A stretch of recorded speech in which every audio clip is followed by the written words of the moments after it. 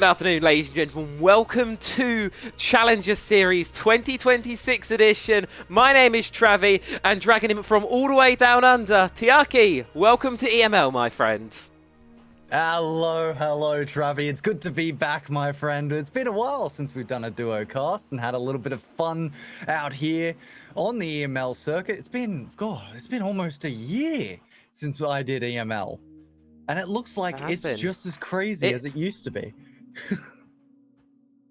This region, if there's one thing this region is really, really good at, it's never, ever disappointing. It's been such a busy year for the region, such a great year for Siege as a whole. And before we dive into, I think, what the region has told, let's just look at the wider landscape. Let's take a look at Siege, what we've got to offer, because Six Invitational's just been round the corner, Tiaki, and I know there's one thing on this calendar you're going to be looking at as an APAC enjoyer, in the top left there, but there's some pretty good stuff that's been happening. Oh, mate, absolutely. The Japan Major. That's exactly what I'm looking straight at. Some place that I can finally go and see. But at the same time, I'm going at the wrong time of year to Japan, so it's not exactly going to work out. But in that case, regardless, yes, of course, with Fortress coming in as well, the removal of... I've actually lost the idea of which map. I think it was Skyscraper that got removed, and of course, bringing in Fortress, putting in something a little bit more interesting. Snake as well coming into the fold, and the Thorn buff. Oh, looks a little bit terrifying, doesn't it? It's been really scary, that Thorn buff. Like, it's not getting as many kills, because obviously it does do less damage than it used to. But the fact that it can catch someone off guard, and Thorn's just moved into that option of viability now. When you're thinking of bringing a trap operator, before, she wasn't really in the discussion of who you would bring. But now, she's one of these operators that's really, really good, has a lot of potential, and a good bit of utility to bring as well. You know, she's got that machine pistol, so you can bring the shotgun primary, deployable shield. She's a very well-rounded operator now, and she's definitely found herself in the meta over the course of the Invitational. Yeah, well, that's not the only few buffs that we are also seeing. Don't forget that Scopos as well is receiving a bit of a buff coming into the next season, and that is not commonly used. We don't really see Scopos used on such a big, wide range and wide scale, but in APAC, it is quite a consistent operator. We saw it earlier this evening during the finals on Nighthaven Labs, where we had two teams. One of the teams decided to play Scopos and use it in such an aggressive pattern, such an aggressive playstyle, and then immediately just get straight out of there. Of course, there were a few times where that Scopos did get caught, but you can obviously imagine if that Scopos didn't get caught from that position and was just immediately able to get out like she should be, or she will be soon enough, then it just makes it so much easier for these teams to kind of operate against each other and play off of. That's it. So much utility that Scopus can provide. I'm really excited to see what teams have been cooking up here. We had a bit of a tease of it in the SI qualifiers, now here in the Invitational, and hopefully, as you said this morning as well in Challenger Series, we're going to get some really exciting little things cooking up for the teams. Now, the format for this one is slightly different to how things were last year, so Tiaki, if you just want to quickly run us through how Challenger Series this year is going to work before we send some teams into Pro League. Yes, so Challenger Series in some of the years prior have been based on a number system in some regions. Of course, EML was one of those regions that had the accumulation of points from the playoff brackets, or the open qualifier brackets to be exact. In this case, and in the way that it's going to operate at the moment, they've decided they don't want to allow casters to have a bit of a break between each of the respective regions. They'd rather just pump out all the games in one go, in one day. So we have 4 open qualifiers. Each of these qualifiers are going to be preceded by one previous or one after. Therefore, we get 2 weeks of open qualifiers one day, open qualifiers the next, stop for the weekend, stop for the week, come back the next weekend and continue it off. Teams that go through this bracket will continue all the way through, and once they end up getting to the end point, they will be provided a set of points. Points are provided to the top 8 teams in total with 100 points, 80 points, and so on, so forth. The teams that get the highest amount of points will achieve their way through into the Swiss stage, and then from the Swiss stage. They will play in a bracket against another bunch of teams, some that have already been invited or selected. And then eventually we will see a finals bracket where the teams will fight off for their chance to qualify to the regional leagues. Regional leagues, my apologies. I can't speak. That's okay. It's a late night for you. I think we'll let you off on this one. It's going to be a huge system, and like you say, it's going to be a huge grind for these teams because you've essentially got what 2.5 weeks, and that makes your entire competitive year. It's going to be a big one for these guys, but it all starts in these open qualifiers. Like you say, it's rewarding consistency. This new system, you can't have one great weekend and then proceed to just flop off the rest of the time. You need to be consistently making those top margins, those teams that are getting points, to make sure you earn your place higher up on those leaderboards, so you can work your way in towards the Swiss stage. But that's all in a couple of weeks' time. We're only on qualifier number 1 here. What today's all about for me is getting a lay of the land, a state of the scene, if you like. Who's been doing well, who's sort of used the off-season to their wisest, because that is ultimately what's going to be the difference maker between teams that might catch some others off guard, might not be, and those that might just fall a little bit short. Because the competitive system we've had in the last year, it's been really, really good. It's been really, really competitive in the sense of there's been so many games being played for these teams. And while I was at the Invitational, I sat down, had a chat with Ranker, one of our T2 players here in EU, and this is what he had to say about the system we've had over the last year. I really like the new system. It's kind of like the whole Challenger series that was before Challenger League. Yeah. And I think it's really important for the game and also for like T1 to have like a good T2 environment, you know, because it will bring more competition, bring more good players, more professionalism, you know, and I think it's the best for everyone. Viewer can watch a lot of competition and players can improve way more because like the last few years when there was not a lot of T2 competition, it was kind of dead, to be honest, like really hard to go into T1, and now I just love it. Like tournament every week, it's just the best. It's brilliant, isn't it? And do you think the reason why some of our T2 teams, such as And there we go. So you heard it from Ranker there. The quality and the quantity of the competition has really set things up here in the EU. And hopefully Tiaki as well. I know details aren't out yet, but for APAC and the other regions around the world, I hope you guys kind of get something to follow along the lines of here. Because certainly within EU, as Ranker was perfectly sort of iterating on there, the quantity of competitions we've had so many individual places and match days here in EU. It's really developed our teams, and we've got a much deeper system because of it, and it makes these kind of qualifiers really exciting because you're looking at the teams going into it, and while there are some favourites, Japan, Hone, Asia, Heretics, you don't know exactly who it's really going to be to take the cake and earn themselves a spot up top. Yeah, look, over in the other scenes that I've been following, of course, APAC, I have, well, I shouldn't say I have, but there are 3 scenes within that region, of course, APAC North, the Asia teams as well, and OCE teams. I got the chance while I went down to help with the, what was it? I think it was the qualifiers for the entirety of APAC, the ones that we were going to send to the Paris Major and let them play it all out, sort of situation down in Melbourne. And I got the chance to chat with a few of the tier 2 guys who knew that this sort of system was going to come into place. Look, there was a lot of love-hate with it overall. When you speak about our regions as APAC, we don't have that many teams really fighting for the position. In total of the APAC teams for this evening, I think we got about 75 across 3 different sections of our region, which is not exactly the most that we expect coming out. Then again, I think teams are still trying to get accustomed to how many points will go out each week. And the scariest thing about this is the teams that have already gone through today and the teams that ended up winning, like, what was it? Shaika Academy was one of the teams that ended up winning today. Shaika Academy. They ended up making it through and winning today. The issue that they will present to the rest of the teams is they are now the guys with the top points. They can just rock up to any other week and start putting a few problems in the backside of every other team. That's it. You've had that one win.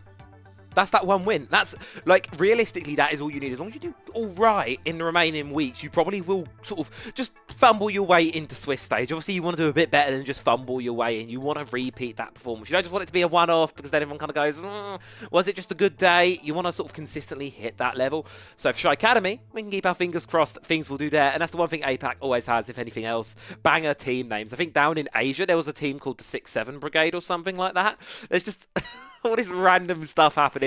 But in EU, I think we're going to stick to serious business. We're going to stick to some good team names. We've got our first game coming up. It's the French side of Team Secret Academy going up against the good guys for our first one today. And this one is going to be a banger because on the side of Team Secret Academy, we've had some really fun new roster changes. Of course, Gen G have separated themselves from their players. So we've seen some players coming in from EML now joining TSA. That is going to be Asa, one of the best performing players there of Gen G in the previous stage. Had a really, really good run last year, and he's joining what was already this French powerhouse of a roster. You got a major winner on there in Lems. This one, Team Secret Academy, probably one of the favourites going into it. Oh yeah, I mean, you look at Team Secret Academy, they've been a team of consistency, of just playability on a I'm going to say consistent again because they are just so consistent. This team understands exactly who they're going up against within this bracket. They understand a lot of these tier 2 teams, and they understand how to kind of kick it all the way to their endpoint. For Team Secret Academy, yes, you're coming up against a lot of different equations and different positions, different possible teammates, potentially teammates that you played with before. But it doesn't really matter when you start putting out the consistency that they have seen in the past. Team Secret, last year, when I did them in stage 1, I did I think 1 or 2 casts of them last year. They just seem to be the absolute powerhouse team. Obviously, the big boys that everyone is expecting to put up a few numbers, and maybe one day we'll see Team Secret Academy take over Team Secret. Oh, that would be a scary one. I don't know what the rule is on that. What happens if Team Secret Academy makes EML? I'm assuming we don't have 2 Team Secrets. At what point does the student become the master? I mean, Team Secret, obviously top of the 2nd place in the world right now, coming off the back of the Invitational. So they should be pretty darn good sitting for themselves. As for the side of good guys, though, there are some familiar names on this roster, although they certainly will be the David in this upcoming battle here. You're going to have players that you would have heard of, Cyan, for example, players that you're going to know, players that you will have seen before coming in towards this one. So they've certainly got a good chance, good running for themselves here. But equally, Team Secret Academy, they've had a lot of practice in this off-season for them, because the end of last year, they started to get read a little bit by the other teams, and perhaps the year didn't end maybe as well as it started for them. So I think there's that kind of redemption arc story to make here. They need to bring themselves back into that conversation of being one of the top dogs here in EML. And well, there's no better way to do it. Of course, it's all best of ones all day here in the Open Qualifiers. So let's take a look at the map, Vito, and see where we're going to be heading off to. Well, there should be a straight map, off Vito. the bat, bans eventually coming through. I can tell you what I think they are. Let's go for a consulate ban. I like that ban. That can be removed. And of course, oh, we do have the bans. Okay, let's go. Keep filling. The ban's kicking off. Border, of course, being taken off as a result of the good guys starting off with their ban list. Chalet, Clubhouse, and Cafe being removed off the board. On the opposite end, Nighthaven Labs. Fortress, of course, Fortress. No one likes to play Fortress, I'll be honest. Consulate, no, I love a bit of Fortress. Being removed with Bank being the map of choice. And I mean, immediately, I look at Bank and go, right, we've got 2 teams. One that we know the capabilities of, one that we know some of the capabilities of going into this map. And you're looking at Bank. This is a back-to-back map. Players have been playing this on a consistent basis, non-stop, ever since the game released. They should know how to approach this map. Even with the rework that came through, they should know how to set themselves up for success going through into this map, especially when you're talking about bottom floor. It's an anchor site. It's probably the most anchor of anchor sites. It's going to be a banger. This one on bank here for our first one of the day. I'm really hoping this one shapes up. I mean, this is a test of their teamwork. There's a lot of large open areas to clear, and like you say, Tiaki, those very anchor-centric sites, which can be a nightmare to rip apart if you're not coordinated as a team. So Team Secret Academy, I believe, are going to be the ones starting on the attack, which historically bank does lean ever so slightly towards, but it is a marginal lead nonetheless. So do with that information what you will. We know Secret Academy can attack well. Obviously, they've got this new introduction into the roster in the form of Asa, so there is going to be something new inside of the mix, whether they want to cook that up or not. For Good Guys, I think it's all about having a good show in here, because they're certainly a team that have shown some promise in the last year, especially towards the latter end of it in our secondary competitions. They definitely are a name that I'm going, these guys have some potential in and amongst them, and it's a bit unlucky on the straw to be drawn against Secret Academy first, right? Because you've now got to play a team that's very well established, very well respected in a single elimination best of one, because you lose here, we've got 128 teams there. You've got like 9 best of ones to grind your way through. If you get eliminated here, you walk away today entirely empty-handed, nothing in pocket, and that is not going to be the start you want here, because with the size of the qualifier in EML, it's going to be very competitive. Regardless which play day you decide to join in, regardless of what day you decide you want to get your team out there and playing, you have 4 opportunities. Today is number 1. You get 3 others. You want to take every single opportunity to get that first and top position. Failure to do so, we've got an issue. Yeah, it could be really unfortunate here. So you've got to get all your way to 32nd if you want some points out of today. That's only 10 points. Winner gets 100, so there's still quite a gap between you. And getting to 32nd place, well, that's going to be winning 3 best of ones to get into that position. You need to win your round of 128 game, your round of 64 game, and then get your round of 32 game across the line as well before you can really start to build up some points. So it's not free, it's not a handout. You're going to have to work for it, and even then when you do start to get points, you've still got quite a distance to go before you can really get yourself up to anything substantial. So, like I say, Tiaki, these opportunities for these teams, they're going to be very important. They're going to be very paramount. And speaking of opportunities, as you saw a little bit of a clip earlier on, I'm going to do a bit of shameless self-promo in here as we've got a few seconds before the game begins. While in Paris at the Six Invitational, you know, this little tournament that we had on, I took the opportunity to sit down and have a chat with some of the members of our community here in Siege. A mix of players, staff, talent, and a couple of fans as well. Had a bit of a chat with everyone. See what their story with Siege was, how they got into the game and where they got into their particular role in the game, what they're working on, what their hopes are for the next year, and what makes this game so special to them themselves. This is Challenger Stories. This is what we're going to be working on, releasing throughout the entirety of the Challenger Series season. 5 PM GMT on the dates listed above, 4 episodes a week, all the way coming through the remainder of the qualifiers. First one goes up at 5 PM GMT tonight, so in about 5.5 hours time, where I sat down and had a chat with Amguns, used to be a caster, now the runner of Community LAN, analyst for Myth Academy as well. Plenty of stacks people here in the lineup, so if you like your Siege gossip, if you want to get to know the community a bit more, definitely would recommend checking that one out over on the YouTube channel, and we'll be playing some tidbits of them here as well.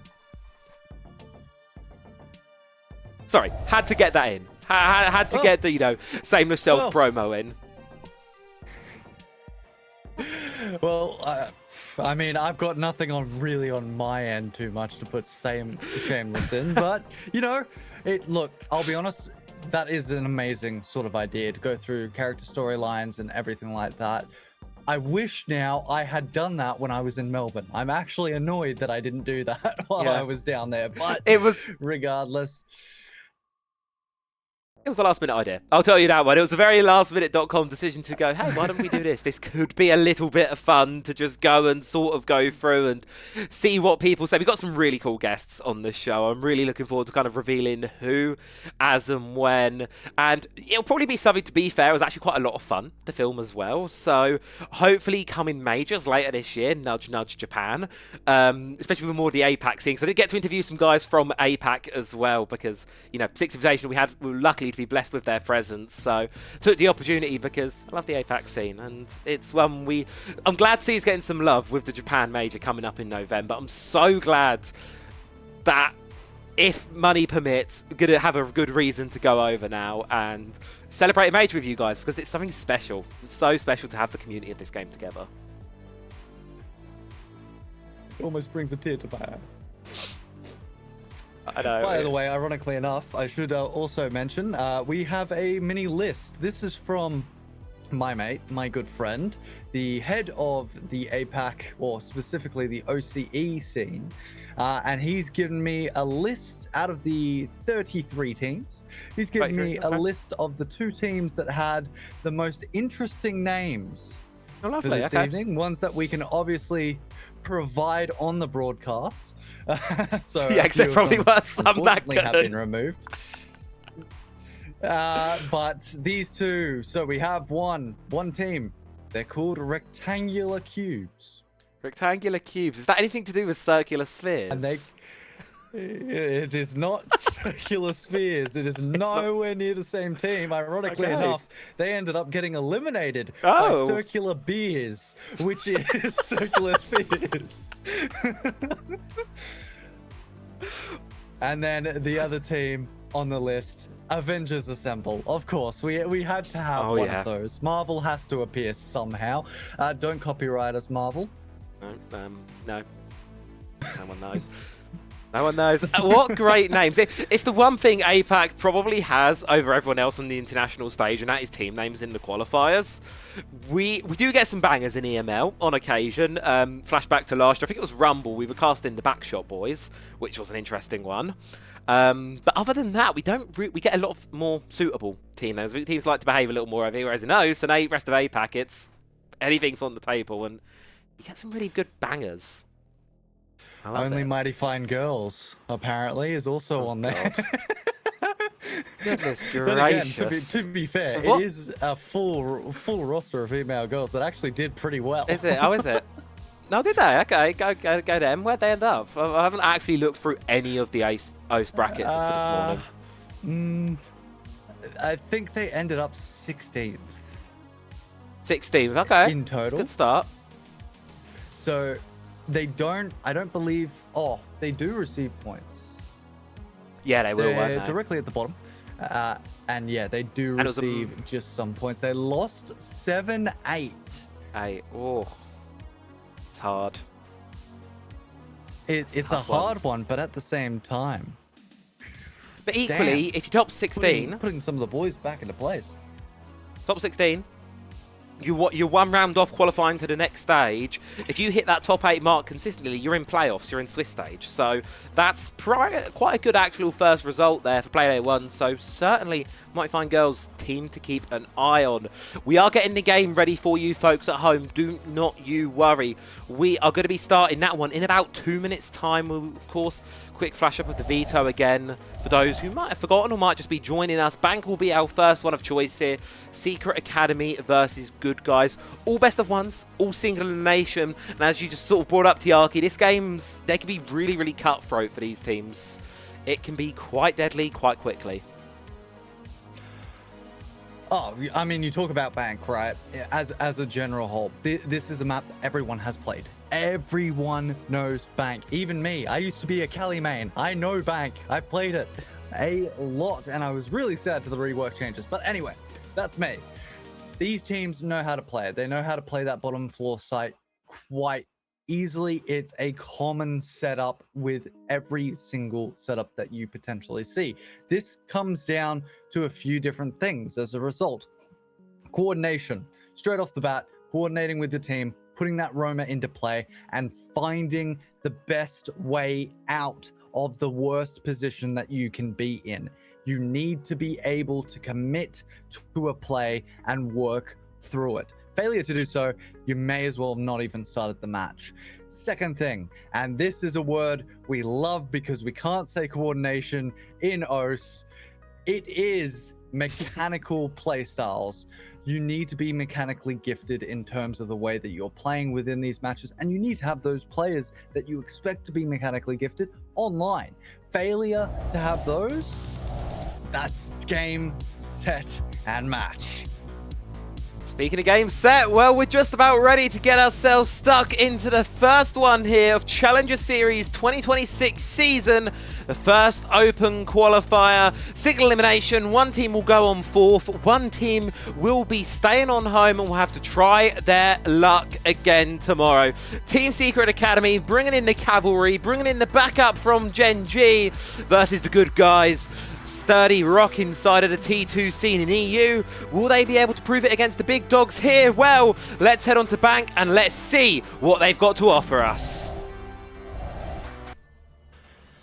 Let's get it on the roll, Travi. Let's start having some fun. Band phase, when we talk about Bank, what's the first two things you think about? Go!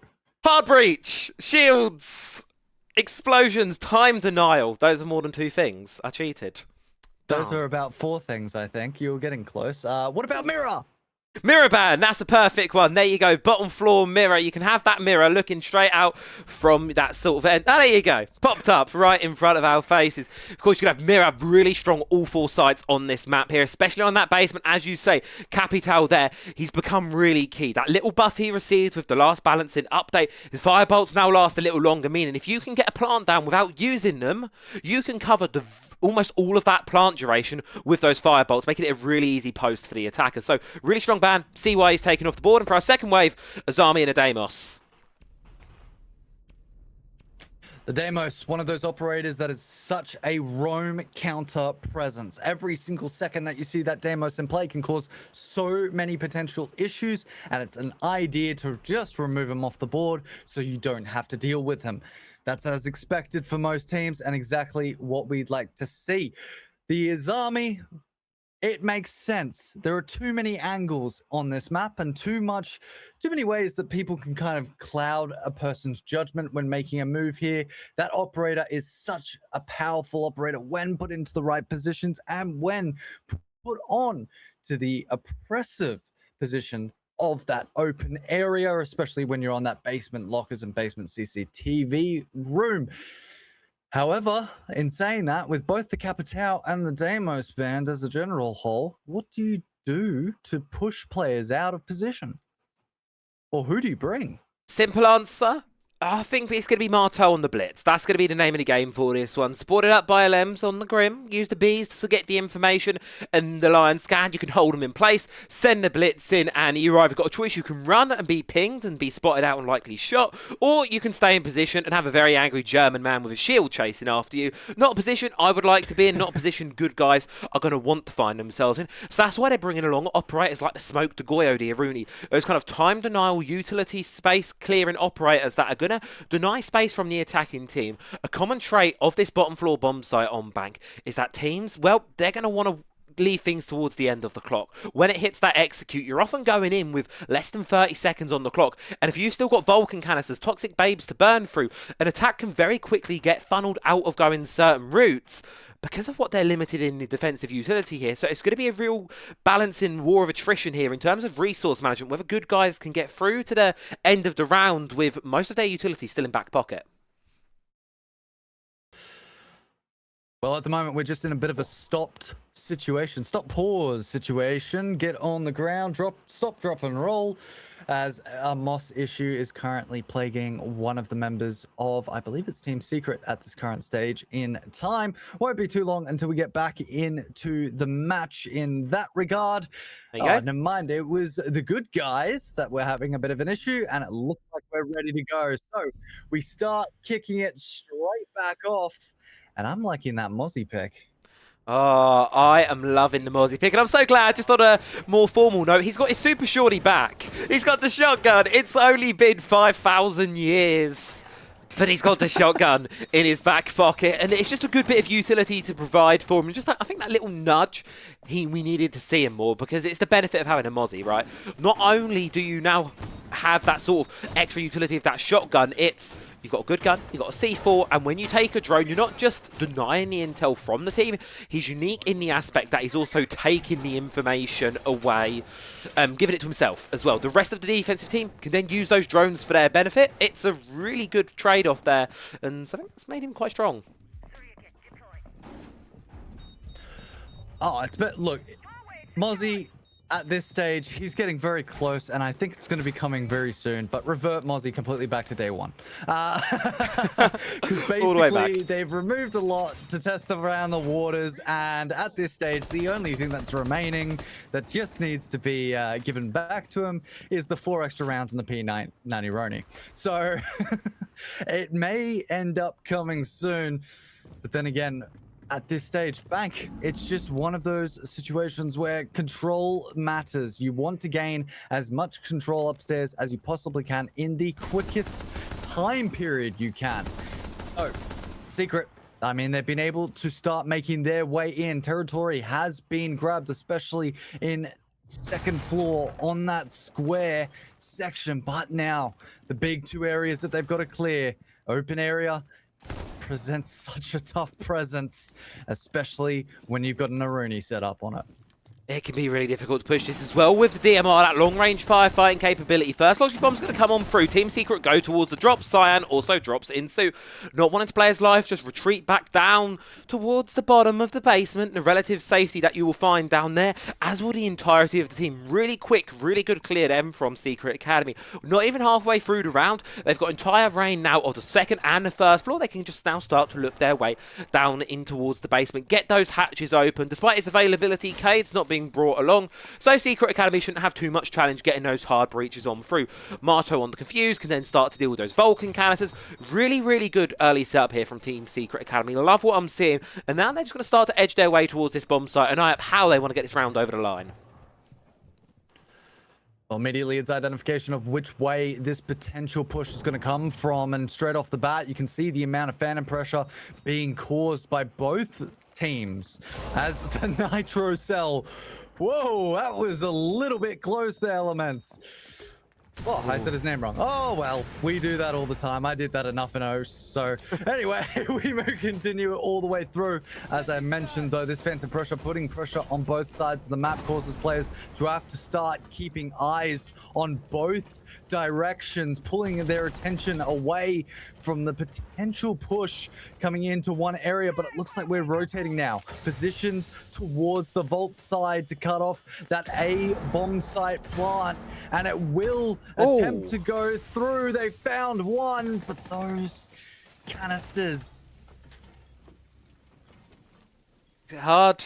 Makes it really, really difficult there for Team Secret Academy to stick on anything, so they just need to drop down, send it on in, spot the player inside a vault. Freebie found by Feno. That's a double. That's an opener inside and around here. Good guys go scrambling, but they're able to find the backstab. Up from above, Alems gets one for it, but he's got to cover the plant perfectly here. Marto on a sliver of HP. Alems might just be able to hold this one off. Decky has to push up, try and stop this defuse going down. No, too little, too late. Faced up with the shield, will be able to shut it on down here. Tripling around.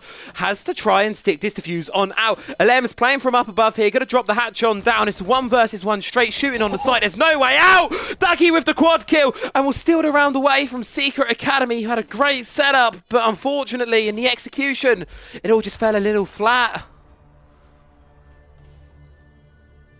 Ooh. What a play. Good guys answering within the first round on the defensive half. They were down multiple players. It looked like it was Team Secret's round, and then 2 seconds later, the Mozzie that we were talking about, the absolute menace he can be, enters the battle, and immediately we start seeing bodies dropping onto the ground.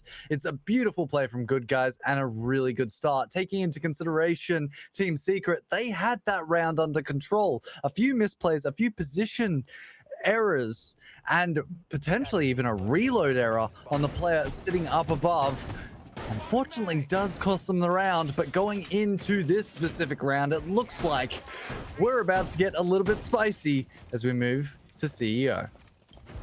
And with this top floor, like you say, comes a little bit of spice. We've got the clash teased up with Akali as well here. Both these sides wanting to bring something a little bit interesting to change up how things unfold. And I love this clash on the top floor. So, especially where we are right now, coming in from Decky's perspective, it's this long hallway. This is the kind of situation where Clash excels in. She's got a lot of breathing room, can slow them down, and it's a very vulnerable space for attackers to get caught in the middle of. And slowing them down with a CCE shield for someone to come swinging around the corner, mop up the kill, is exactly the kind of situation situation that that utility was integrated into the game to do. So quite curious to see how that one unfolds. Over towards the attacking side, we're seeing Secret Academy still sticking with that shield play, bringing the Blackbeard this time instead. And I'm curious to see what Feno's cooking up here on the Kali. Likely wants to play this that sort of long window Kanto back position, but he's not going to be able to do so. Cyan, you can't be out sniping him with a UMP like that. I don't even know what that means, but I'm pretty sure it says that you shouldn't get headshot like that. Let's speak French. Spent a weekend there. Oh, you had a sniper, Feno. That's not how that's supposed to work. The UMP is not. The US UMP is not supposed to be better than Kali. Oh, well, that is the removal of the Kali off the board. And as you mentioned, the X-Gyros are extremely useful when it comes to the castle barricades. Just the removal of as much utility on that side as you possibly can is really, really helpful. With the Flores, you can open up that wall in towards CEO on that second floor, making it easier to potentially push straight through with your Blackbeard. And then, of course, just in case, you have that roam presence operator, the Dokkaebi, and the Thermite available to get anything off the wall if they decided to go with some sort of trick. Now, biggest issue that we're seeing straight off the bat, you've got a clash. How do you deal with it? What is the best way to remove that player from that long hallway position? It doesn't look like they're going to try to as they try to move in to CEO. They want to play around this clash here, but that's not the best way to do it. As you say, these long sight lines, she can just hold them down under lock and key.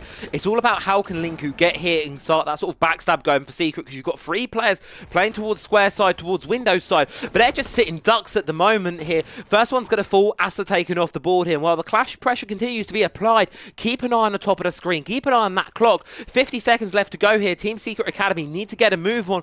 And while they've got Marto outside on the rappel, really ineffectual in this round. He has no choice but to try and hop on in, try and make some push. But good guys, they've got a good read onto how this one's going to go through. It's going to be a mountain for Secret to get over the line here. The timer slowly ticking down, 34 seconds. They need to start making some sort of element in towards the site. They need to change a factor, and that is the first one. Marto is going to be able to take down Sai, and that will start off the potential push coming into play, but it's still all stopped at this point. Blackbeard does spot one. They have the ability to repel, but it's a rotation trade as back and forth it goes. It's a 1-to-1.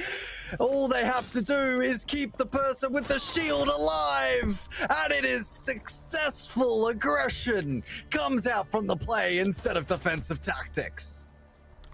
Nightmare end of round there for good guys. Really, really close. I was watching the HP and I'm thinking to myself, one bullet from that SMG-12. With the rate of fire it has, it's not unheard of, but unfortunate there for the Secret Academy boys. But it was just that sort of choke, that funnel point, and that pause in their momentum. They got in square, they got that really quickly, and then they met up with the clash and didn't have the tools to deal with him. You could argue that's likely due to the lack of pressure provided from the 90 sort of longer angle by the Kali. Losing her early on was a massive critical blow towards that attack there. Not being able to really deal with any of those sort of defenders looking to re-aggress on towards angles. Not being able to hold it through. Good guys, they're 2 rounds up right now. Could look to try and complete this flawless rotation. Heading towards an open area and a very good lineup for it here. We're seeing the Aruni, we're seeing the Maestro. 2 operators with those kind of longer range weapons. Not to mention the latter of which as well, bringing that plant denial, bringing that information on through. All Naklo needs to do is just kind of chill, hide in the corner, play those evil eyes out, and you can just continue to burn through utility. Secret Academy on the flip side, looking like a bit more of a top-down approach, as you would expect to see from them here. Get control of stock, open it up with the boogie drones, send people down on in. It's very utility heavy right now. For Secret Academy, I think that's the right play.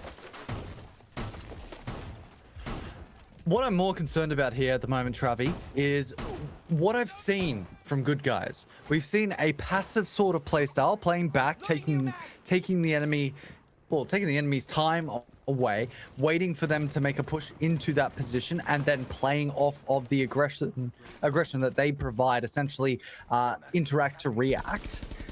Or just straight aggressive play. And we saw that coming through in the last round. They decided, we're not going to stand still here. We're not going to wait around. These guys are just going to slowly come to us. Let's instead take it to them. And immediately you saw the Kali go down. And at the end, we saw the Clash get a little bit aggressive. It is beautiful play styles like that that is making it so hard for Team Secret to get any sort of read on the way this opposition team is playing. And as the game continues to go on, this isn't a BO3. You don't get the chance to understand and adapt to this position. You need to do it right now. It's a BO1, Tiaki. That's the biggest thing, as you say, with this one. It's a BO1 in a single elimination bracket here. You lose the next 5 rounds of your Secret Academy, and it'd be a very unceremonious, very early exit here from the first day of qualifiers. But Alems doesn't want to go down just yet. Gets the first one, shuts them on down from above, playing that ram to perfection there. R4C, ACOG is terrifying combination, and it's a smoke. Key operator there. Something that Secret have really struggled to deal with there, because when good guys can get a read on to what Secret are doing, they're almost unstoppable for it, and the smoke really funnels their play, limits their options. So getting rid of him gives Secret Academy more options going in towards the late round here. What they really need to start to look to deal with, though, is going to be this player on the main staircase here. Holding this long angle with the Rooney DMR, a possibility to slip back down below. They've just been spotted. They know he's there. It's now just a game plan of how do you get him out. Where's the rotation? Where do we move back to site? Well, maybe that's something this Mozzie can do. Lying in wait, has the ability to make that rotation, but already that's been cut off in one position. Flashbangs begin to go out. They've spotted the Maestro. That is site over, site taken. 2 players still set outside of sight. It's a triple kill coming back from Team Secret. Yes, it's their round. Yes, it's answered for. 1 kill comes back. It's a beautiful play. But again, we've got more questions than answers. Good guys were able to secure the primary and secondary site. The tertiary site, yes, they weren't able to hold down from the side of good guys.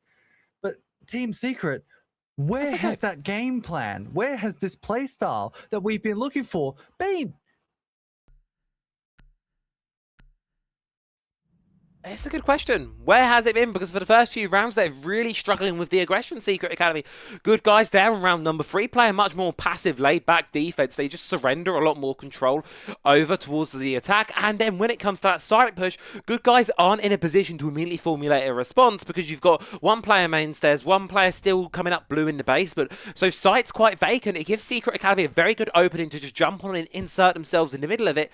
And that kind of hero play, that kind of big namestay opportunity making, that is what makes this roster really good. For good guys, they need to rely on what's worked the previous 2 attempts here. Keep up that aggression. Don't give a window, don't give an opening to Secret, because if you do, they're going to take advantage of it. As we just saw, it's just keep that pacing up for them, because if you keep the water up to their neck, Secret Academy, they struggle to stay afloat.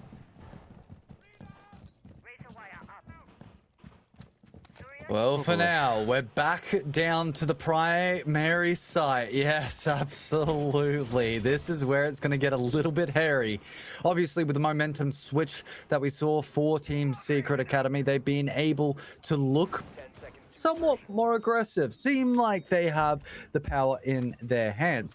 Coming into this round, this could be a defining change. If good guys are able to secure it straight down, straight pat, that will be the cause for a lot of concern on the side of Team Secret. The momentum may be consistently shifting within both halves, and whether or not they have the ability to lock down tertiary site, they now have seen how good guys, how Team Secret will attack them on that tertiary site. Good guys, however, they've got a little bit of an issue here. Team Secret have the ability to adapt. They've seen how good guys play the site. They had the control that they were initially looking for. What do you do now as good guys? Do you completely change up the playstyle? Oh, it looks like there was an attempt, but that's a blitz. Yeah, you're not winning that 1 versus 1, and it's a big issue there because you've gone down entirely isolated on the top floor there. There is no one on the side of good guys who can really respond to that. There's no one who can trade you back, look to get it back out.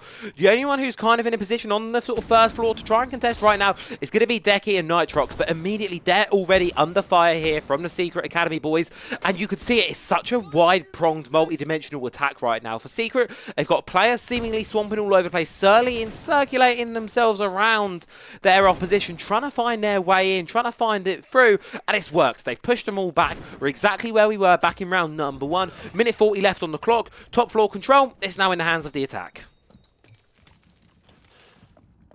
Well, back into the same position may cause the exact same sort of issues that we saw in the previous round. Of course, with the amount of information available, they can clear a lot of that utility straight off the side, leaving or leading them to potentially have access to get that site under control. The sends being up and available makes it a little bit easier to go for a potential plant here, and they may be successful. But hold on a second, Decky's still here. He takes out a immediate member. The sends has been dropped, and welcome SXK, who finds another one.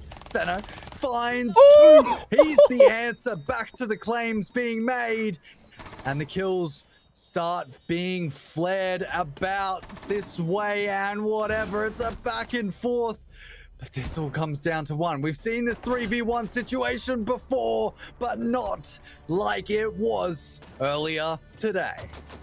So good there from Secret Academy. Get the defuse down, and despite a very similar game plan, I think that's the biggest difference in that round. Good guys, they've tried the same strategy a second time around, excluding that Rooney that died on the top floor on their own. For the most part, mid-late round played out quite similarly to what we saw in the first round. This time though, round number 4, Secret Academy just changed up how they played things a little bit slightly, brought that sense along, were prepared for that kind of stall-out play from the smoke. They were ready for what good guys were going to throw at them, and that additional read, that bit of insight into what was coming, it took them that little bit there across the line, stuck the fuse down, nothing the defense could do from that point onwards. Top floor site was a bit of a lockdown last time it was played, but we're not going there yet because good guys have another opportunity to go in the basement. Now Dotiaki, they're changing things up themselves ever so slightly because this lineup, it's a similar goal, I think, looking at it, but you've got the Electro Claw this time and Tubarão and Tachanka. What this lineup says to me, Travi, nice and simple. You stopped us by using utility and removing a lot of the utility that we placed down. Okay, that's fine. Now, you'll have to stop us by removing us off the board. Our utility is now available to be used by us as operators. So you have to remove us to get the utility removed. And that's exactly what we want to see mixed in as well with, of course, the blue stairs hold. I've seen it done 1,000 times in every region. Everyone loves to do it, including ranked play and competitive. Well, I mean, you know, quick play every once in a while. I see it as well. But for the most part, that blue stairs hold, it is incredibly hard to remove that player off there, especially with the Jaeger in that position. Cynex, you cannot be getting caught this early. Second round in a row as well, just died with very little impact, very little effect. First round you can sort of give it away to him, was trying to play a rat playing stock, just got caught out. But there you're vaulting over the desk 50 seconds into the round. I'm not really sure what the game plan, what the idea was there, because already Secret Academy, despite the stall out, despite the utility play Tiaki, they're ahead of schedule. We're 20 minutes ahead of the clock right here. Sure, you do have this blue stair position. This is the one that's going to be a change in it. Secret Academy will very likely need to clear this one out before if they want to try and play that default plant position, but they've got a mountain of time to do so. They're getting hatches open, the Mavericks going to work. Everything's going really, really well for them right now. Versus on the flip side of the defense, they need to find a freebie. They need to find themselves something to equalize this, because if this goes to an end of round execute, it strongly favors the attack, especially as I say that, they've already cleared blue. Well, immediately clearance. It's exactly what you need to start formulating a direct plan of attack in towards the site. And they may end up spotting one here. Just a bit of a slight miss Maverick to remove that potential player. sitting on that bomb site, and he should be able to remove himself from that position by this stage. So nothing lost yet by good guys, and once again the timer just slowly ticking down. It's causing a lot of problems for Team Secret. They're needing to find that a potential push, and here comes what I was talking about. Welcome the Tachanka in and available. There's so much time that can be wasted off that, and at the same time the Maverick didn't go through. They don't have full control of the upstairs. They've just got to run down. They've just got to try and shoot their way out of this one. Linku's going to get the first one started on through, but SXK with a shotgun charges on in, supported by another, flips the advantage down the way of good guys. However, the Fuser's going to be stuck on down though, so for the side of Secret Academy, it's going to be a nasty close plant hold. Luckily though, Alems has the long angle, has the DMR, equalises things out, makes it a 2 versus 2 situation here.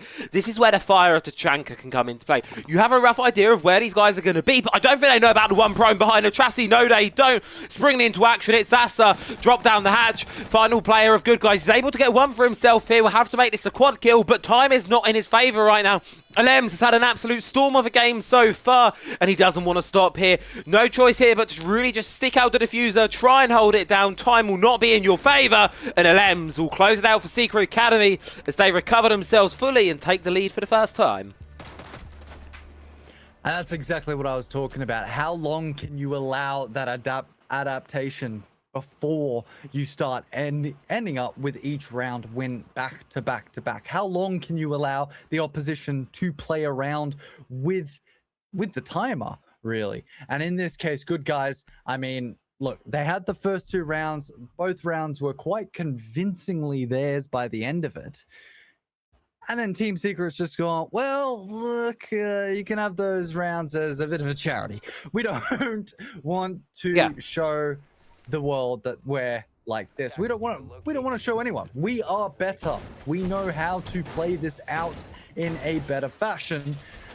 And so we're back to 3-2. That's not to discount good guys. I guarantee they're going to change something around, and all of a sudden we will start seeing them put numbers up on the board. Now, going back downstairs, was that a good decision? Yeah, probably. Going upstairs for this final round, even better. Don't fall into that trap of trying the same thing time and time again, because that's going to be where Team Secret Academy really start to excel. It's what we saw in the first round of this particular quarter here, round number 4.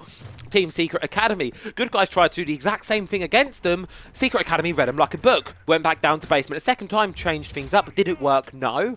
But it was a bit more of a struggle. It wasn't that dominant walkover. Same thing hopefully here for good guys. An entirely new site.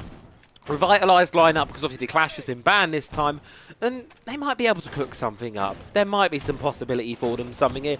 As for Secret Academy, they really did struggle on this one last time, so let's see if they can get this one out here with an advantageous half. Well, the drones begin to come through, and that's the initial start for every half in this game. It feels like at this stage, every single team wants to get as much information as possible straight off the bat. However, looking at the lineup from Team Secret, this looks somewhat like a slow to aggressive play. With the Ying being brought in, and obviously the Candelas up and available, that's a plant opportunity, both available for them once they can clear as much as they possibly can. And once again, it's another player from Good Guys getting caught out extremely early. The Mozzie, although it's not of massive impact, it's enough. As I say that, counteraction kill comes into play. Big impact. You take the bandit batteries down, force the player out of the elevator position, but you just force him right into aiming a gun onto your head. Nitrox will get himself his first hit of the half, and a good time to do so, because it keeps good guys in contention for this round. 4 versus 4 at the halfway point here. Square control has been established for the side of Team Secret as they look to just try and push on a little bit further, but they need to get some map control here, I feel, more than the square, because that's kind of the only thing there right now. They're pivoting around towards this main lobby entrance. Is it a little late in the round to do so, though? You've only got 70 seconds left on the clock. You've got a player on the roof. One's trying to make his way in through ATMs. It's going to be a difficult push here for Fenno. Siren's watching it. The rest of the team are good guys. They're not too far behind to make a response either. Secret Academy, a lot of ground to cover here in the final 60. Well, it's an immediate kill coming straight off the board. Nomad to pick up one straight off the bat. And the Ying, I was talking about this aggressive playstyle. Once the setup has been prepped, it leaves one player remaining. He's not able to find the angle. And Team Secret do go up 4-2.5. It's exactly what we were expecting and looking for. And surprisingly, what we're seeing a lot more of in this game is Team Secret and their setups, and we'll see if Good Guys do the exact same sort of play. Team Secret just seem to be somewhat poking at Good Guys, seeing where their angles are, where they're kind of holding, and the best way to kind of push them out of their direct positions. Grim and Azami both being taken off the board. But it just seems like they're kind of putting a stick in. It's like poking a bear with a Give stick it a poke to see what the reaction is. I was having this discussion at SI, and it's one of the things that, just on a totally different tangent, makes FaZe one of the best teams, why they're the best team in the world. Because there are some teams you poke, and they will give a reaction. As you say, Tiaki, that's what Good Guys was the sort of their victim there. Secret would poke, and the bear would respond. The best teams in the world, they don't respond, and that could be a bit of a leverage in half. We'll see whether Secret do the same here in this half, because I wouldn't be surprised, and especially the way Good Guys kind of have seen them play before, they are going to play that kind of provocative, very aggressive play style. They're going to want Secret to get a bit trigger happy. They're going to want them to be the victims and the builders of their own downfall. That is the kind of play style they're going to be going for here on this one. It's whether Secret fall privy to that, or whether they're going to be able to realise we don't need to push it, so why swing it? Let's just hide and let them come to us. Because they're on a defense after all. That clock is the 6th defender for a reason. Yeah, look, I'll be honest with you, Travi. Whenever I say that, though, and you mention that teams like FaZe wouldn't really move reactively off that playstyle, look, it's a great thing in most regards because teams are coordinated, they're trained, they do well, they understand their strengths of just holding a position. But then you get into the same situations that have kind of happened with a lot of other games. Great example, Overwatch with GOATS meta, right? The same meta that everyone does, that they just sit there and wait and do nothing, and then nothing happens, and then it's really boring and monotone like this, and it doesn't sound fun to watch. But remember in the this 20-second case, meta? Back in here. Oh God, don't mention it, please. I'm already having flashbacks.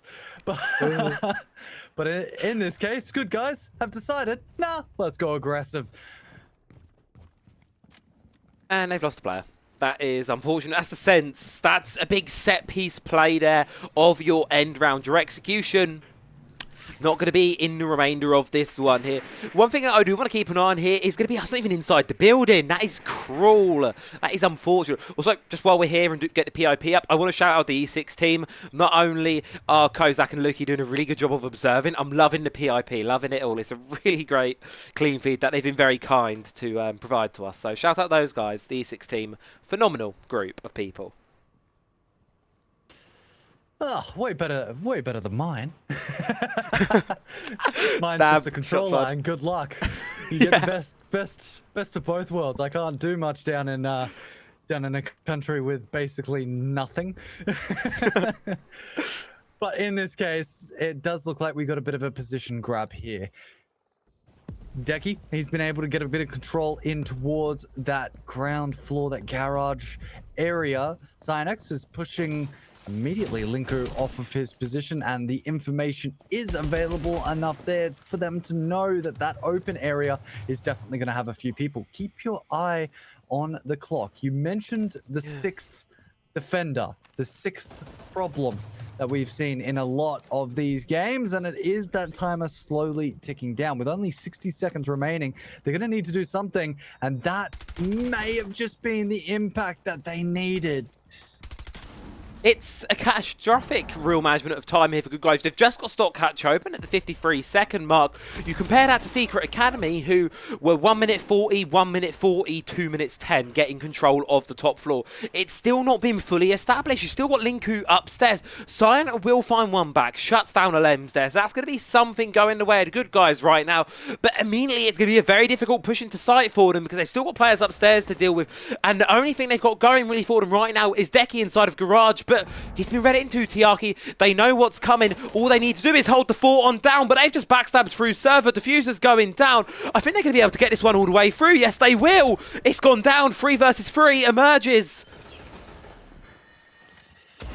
Well, the information is there. It's an immediate trade back. Fenno's able to find one onto Decky. That clears out the garage side and makes it a lot easier to find a potential push position. Clearance from up above also available, stopping those players sitting in towards servers. That's exactly what you want to do if you're Team Secret. You know these players are set back out of these positions, covering that bomb site, and you need to clear them off those potential angles, but that doesn't mean that they haven't anticipated this. Shotgun in hand.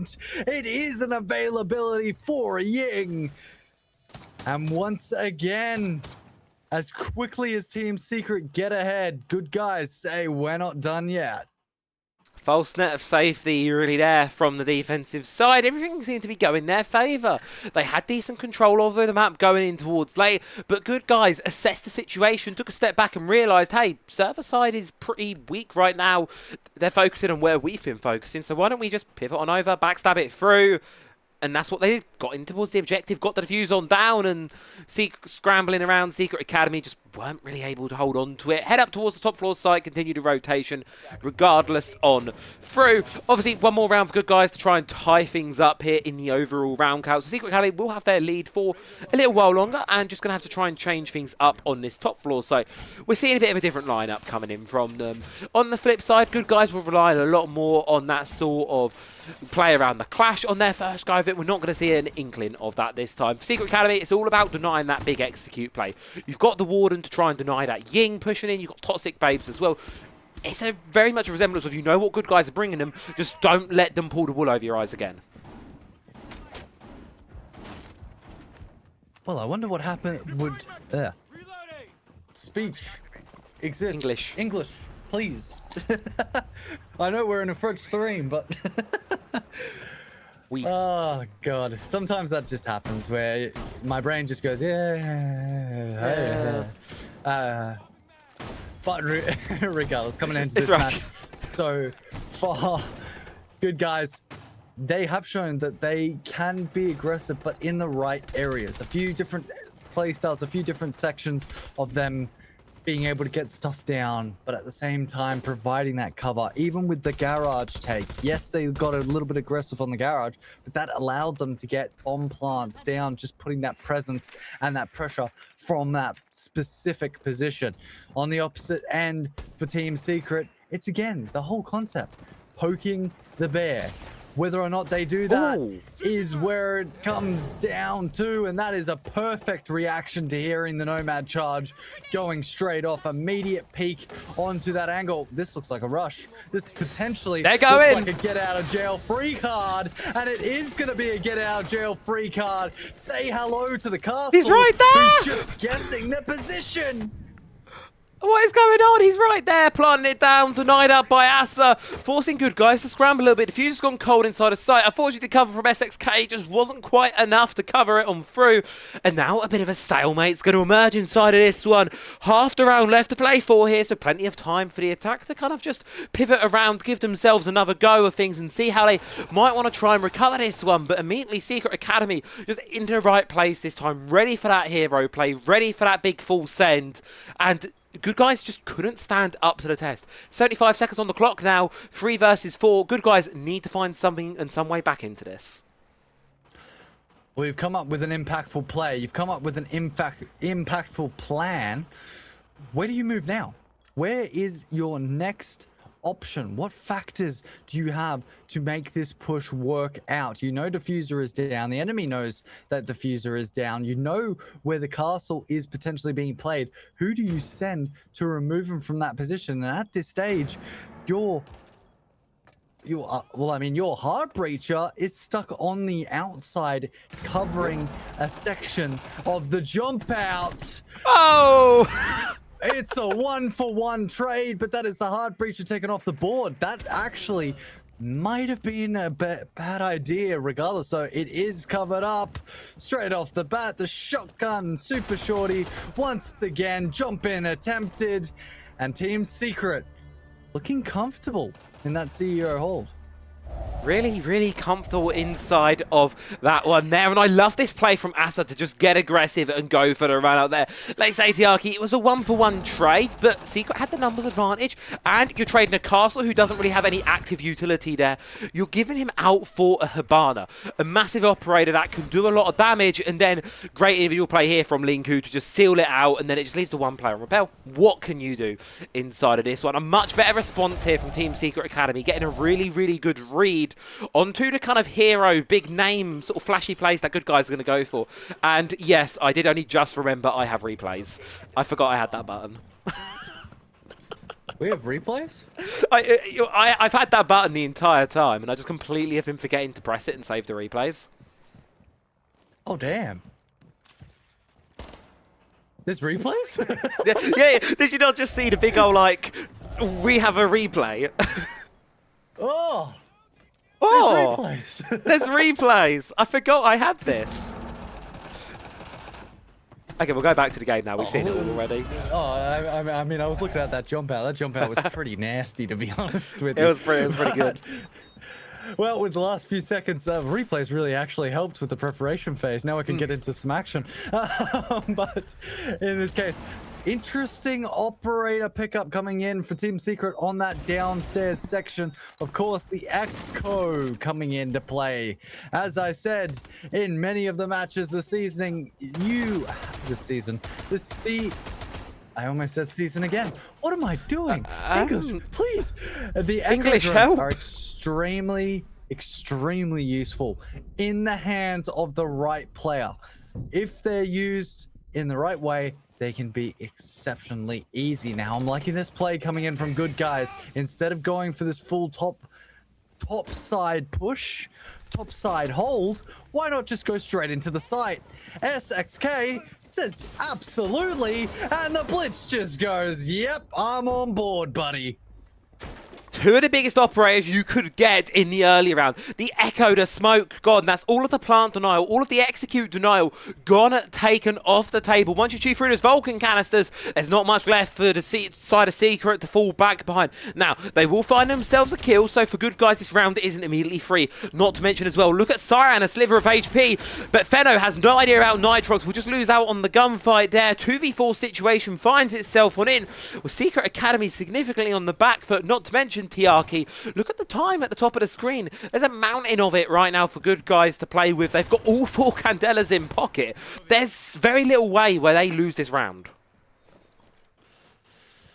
Oh, absolutely. I mean, you look at even the positions. They've already lost complete A-site control. They don't have any open area control. There's 4 players from the side of good guys who can just take the time to drone, gather information, rotate players respectively towards the sides. And that's exactly what they're going to do. Control upstairs has been given. Nitrocell will go out. It's not going to do enough damage to find the kill, and that leaves one player in a 1v4. Sneaky little play coming in as good guys go back and forth. It is a shot to confirm, and it looks like what we're going to be doing here is a trade for trade, 1 for 1. We're on a tab, as we say. We're on a go. We're going through all of the... Well, I mean, it'd be nice to see, because it's the one thing you can sometimes find here with these earlier rounds in the qualifiers. You tend to get a lot of 7-0s, a lot of 7-1s, a lot of games that just don't really have that metal sort of grit and teeth to them. So it's nice that we're getting one so early on here. That's keeping up the pace. Deimos and a Valkyrie ban coming on through here for this one. And I think it's a fair set of bans, especially that Deimos ban from the good guys. They've been struggling a lot to deal with the pressure that this attack can provide, and Deimos is one of those operators where he provides a lot of pressure. When you're in that effective 1v1, it's pretty scary, I can't lie.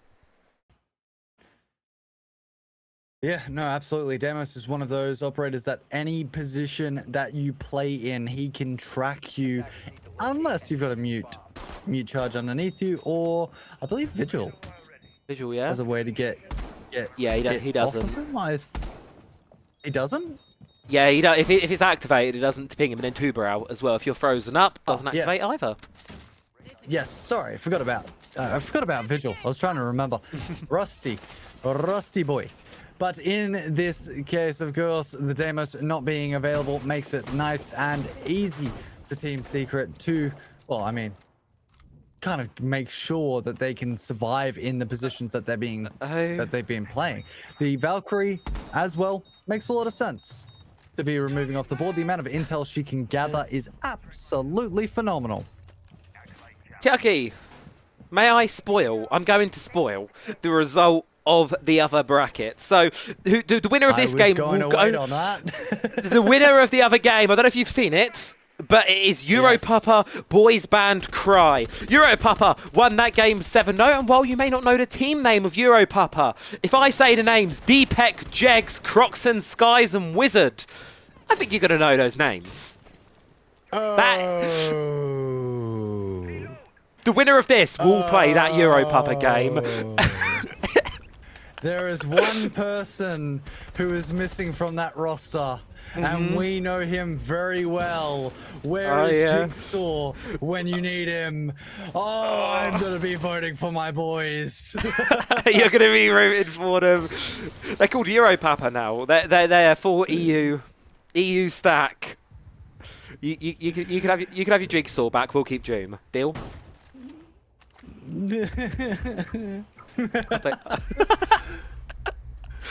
Oh, 1 minute 50 seconds remaining on the ball. We'll stay with this game. We can talk about it later. Regional fights. Fanatic. Well, regardless. Set up upstairs. It's the play. Get the removal. Make the way in. Find a push. Get that plant down. Run it from there. Interesting pickup is the... I was going to say Azami, Aruni, and then everything under the sun. Amaru coming into play and immediately finding access towards a potential push point onto the hatches and getting that plant straight down. 2 hatches, make it 3 technically, available to get a way in towards the site, especially with this ace opening up the... basically the push in towards square, providing a little bit of info. The clearance only needs to be made slightly upstairs, and when you look at their lineup, I mean, they've got a decent amount of soft breach utility, but how much can they really clear with the time period that is currently remaining? Apparently none. Deki is gonna get caught out, and Elements, I mean, he could just absolutely relax and jazz. Ferno almost finds another, but immediately it's taken out. It's a good one there to find for the side of the good guys. It's something because they're going to need a little more than something to get this one done. 20 seconds left to go. A lot of ground to clear. The Amaru's brought to the floor. Down but not out, but there's not going to be time to bring it back up. While Team Secret Academy, their HP is being chipped away at. There will be some kills being found off at the back of that here. But you said you got 2 versus 3 all around, all the map to clear, and it should just be a flush out for the defensive team. And no surprise there to see that's exactly what unfolds.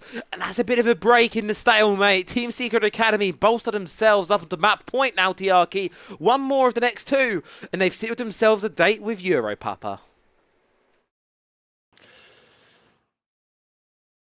Not sure if you noticed during that round, but there was a player that had the diffuser. I believe it was Narclo who was sitting downstairs. Unfortunately, he did get caught out, and that is diffuser left on the opposite side, meaning we have to play for kills in this position. There was no other way that this game was going to end up, but currently it does look like Team Secret Academy. You gotta add the academy at the end, of course. I kind of want to just call them Team Secret because that would be pretty funny. Yeah. If they end up winning this round, that is it. They move on, as you mentioned, towards the other team. We won't give them a name just yet, but we maybe will in future. So for Team Secret, they just need to lock down this top 4 side. What do you bring? What do you change if you're the good guys? You're 2 rounds down. That differential is not considerably that high. Your aggressive playstyles haven't been working, except for the first round. So where does the change of pace come into? Where do you start putting pressure from? Is it upstairs? Is it downstairs? Are you going to play aggressive, or are we going to slow it down and play passive? Big questions being asked here. I mean, it depends what you really want to do and how you exactly I see this one to be unfolded. Team Secret Academy, they're expecting the aggression. They're finally sort of leaning in towards that clash. We saw Marto on the attacking half going a lot with shields, blitz, Blackbeard, you name it. Here on the defense, he stayed away from it for a little while, and now finally that sort of second wave of bans has come through. He feels a little more free to play in knowing that that clash isn't going to be removed from the remainder of this one here. An eye up in towards Stock, opening up square. All the telltale signs of a default start towards the attack here for the side of the good guys. Really, ball courts for me is in the pocket of Secret right now. How do they respond? Do they give this control over and lean it more towards the end of the execute? Or are they just going to go for kills early on? Linku finds his first one, will be shut down right quickly off of the back of it here. I don't really know who I'd favour off the back of that trade there. But that is brutal. There's no trade to be found there. That is just free if I've ever seen it before. Cyan opens the round wide up here for the good guys. I think I prefer Decky. Yeah, I'll take Decky for that. Lost for the first one, and then immediately can show that he's got the ability to do the second one at the same time. It's absolutely beautiful and keep the count going. The ace is still up and running. Triple kill for him. Looks to get aggressive in a different position, in a different area. The pressure still on the opposite side of the map. They know where this information is coming from, and potentially another spotting position. Don't count out good guys just yet. They're still in this round and potentially in this match. SXK needs to make his way in towards the site in some sort of area. They can't continue to just sit in this position. It's easily identifiable. There goes another. Flores down 1v4. But to say that this is done is not a complete statement. One is going to go down. That's a big problem. That's Diffuser dropped outside. 3 players all needing to push together, all needing to work together to keep this round alive, keep this game alive. And he can just sit here and wait. They know exactly where he is, though. That's the big problem for Asa right now. He may be in a strong position in Janitor, but he's cornered inside of it, and it will be his demise.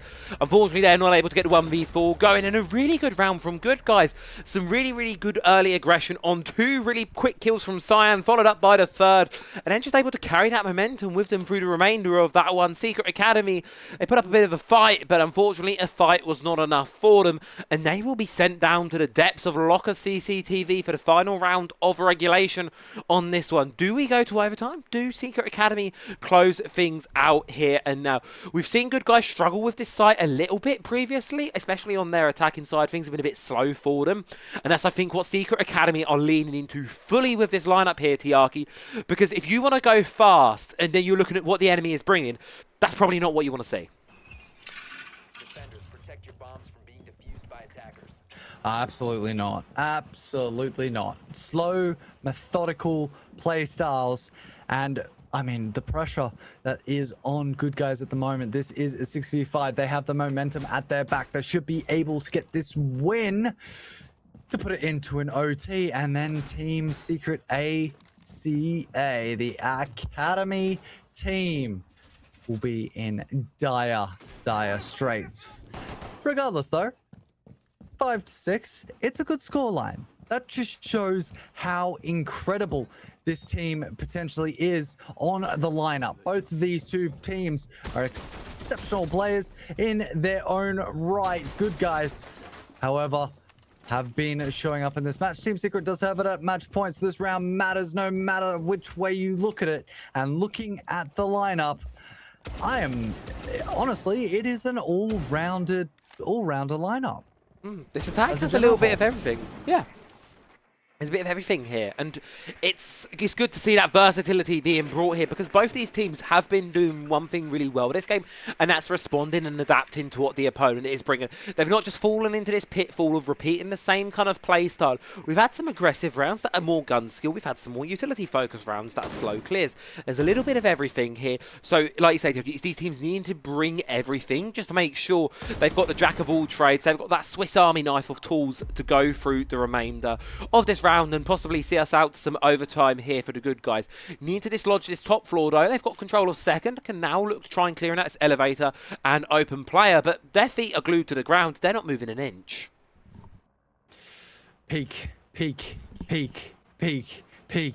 That's what Naklo is saying to himself right now. Which one of you guys is going to peek? Please, one of you do it so I can get a kill onto you. I am watching this position 110%, 24/7. Please just give me an angle. And I mean, look, they can absolutely do it. It's going to be with the clash, but they can absolutely do it. And Team Secret, they've wasted the time that they needed. 1 minute and 20 seconds remaining on the board. Players need to start making that rotation in towards the site. If they can finally find something to open up, some sort of entryway or some sort of point guard, they should be pushing to do so right now. And it will be the hatch getting opened up. But with 60 seconds, it all comes down to this. Played to perfection so far. Secret barely giving away any utility. Both C4 still in back pocket. Toxic Babe 1 remaining as well here. There's so much utility for the good guys to clear on through. While they do have some of their own, it's going to be a hard one for them. Holding down blue stairs, not for much longer. Will be LM shut on down there. And immediately, good guys have an angle. They have an opening how they might want to go for this one. The issue is, though, Secret Academy still have 2 C4s on back pocket. So they can get a read into where this attacking is going to come from. And with the hatches still closed, time and options here for this attack, they're quickly dwindling down towards 0. Open up the default plant spot, but you're faced up with a clash. Problem after problem, there's fire in your face, C4s as well. It's going to be a very difficult stick here for the good guys. Asa finds the first one on through, makes things into a 4 versus 4. No choice now but to push on through and try and brave it all, but immediately you've still got one playing behind the smoke there. Marto springs into action, finds Naklo, that's the fuser down towards the floor. You have to stick it, you have to try and make it up, but they still don't know the clash is there, Tiaki, and with it, Team Secret Academy, they're just going to take the round, take the game with it. What a close game. What a scary game to come into. Team Secret Academy do end up winning it out. But for the most part, good guys, they put up a great battle. Just a little more time, a little more coordination from them, and Team Secret would have been in a lot of trouble. Beautiful play coming in from that clash, finding the exact position just to cut off a potential plant angle with the timer slowly ticking down. I'm surprised that no communication was given to the fact that the clash was actually sitting up on that corner. If the information was there, the Twitch didn't need to rush that. They could have found a potential kill and get that plant down safely. Regardless, it is going to be Team Secret Academy. They've gotten the win that they deserve. They've gotten the position that they deserve. And at this stage, there's not much more to say. They will continue on. And now things get a little bit spicy.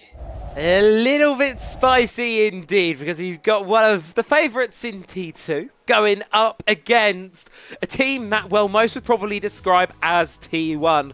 Now, we will dive into what this Euro Papa game means very, very shortly, but first and foremost, we're going to throw things off to a quick break, so don't go anywhere. We'll be back in just a few.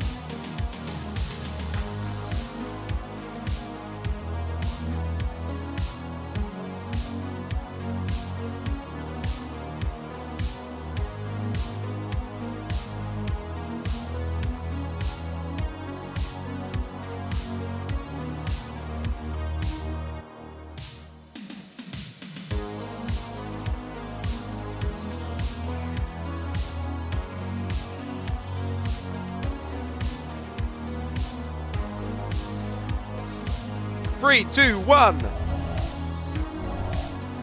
Welcome back to the EML. We're back once again. A caster from the AU and a caster from the EU. How are you doing, Travi? I am doing wonderfully. What a game one. We were treated to brink of regulation between Team Secret Academy and Good Guys. And now we've got what might just, dare I say it, be one of the matches of the day. Oh, I mean, when you look at the two rosters, you look at the players that are playing in this, it is incredible to see that these rosters are coming to a head. Europapa up against Team Secret Academy. And as you mentioned in the previous, a little bit in the previous game, a little towards bit. the end there, Europapa, I seem to know a few people from that team. Oh yeah, a couple of familiar names there, I think. You know, Europapa as a name, as a team, as we said, not really perhaps the name you'll know, but you'll certainly know the names of these players. Most of which coming from the most recent iteration of the Fnatic roster. Of course, guys from Gen G as well. Even players you'll know, Tiaki, Croxon, who had a very, a stint at Gen G, not GG, over back in stage 1 of last year. So there's definitely a bit of variety here on these teams and on these rosters here. It's a well stacked up lot, and now I'm seeing them. They 7-0 to their first opponent today. They're going to be looking to do the exact same here against Secret Academy. Oh, you will commit straight into the match. Every single one of these players is an absolute legend in their own right with their ability to play. Of course, Jegs, Depek, and Wizard all coming from, as you mentioned, that roster of Fnatic where my boy was in. And of course, Croxon coming from AU as well with the recent stint with GG. Unfortunately, roster didn't really work out too well, and he ended up coming back over to the EU. Of course, the person that I'm talking about on the Fnatic side is Jigsaw. He's an absolute legend down here. Everyone loves that man. A little shy, but still big heart and big friend of a lot of people. But in that case, we've got another roster. We've seen them play once. You've seen them play once. Let's talk about them. Team Secret Academy, none other than our French roster here, our big French name of the T2 sides here in EU. And it's one that's been a bit struggling towards the end of last year, and that trend has seemingly continued a little bit here in towards at least the first game of the qualifiers. What was a very close game against the Good Guys. The big issue with Secret Academy was they weren't winning until they'd seen it before. It was when Good Guys repeated strategies, Secret Academy were able to learn, able to read, able to adapt over their opponent. Whereas for me, the big one going into this game is Europapa will be a team with that more strategical depth to them. They're coming in primarily from T1 background. They are going to have that ability to keep bringing new things and keep throwing new things at Secret. So they're going to need to learn to adapt from inside of the round, not after it. That's going to be the big challenge for this one. And Tiaki, it wouldn't be a map, it wouldn't be a match without a veto. Let's take a look and see where we're heading to.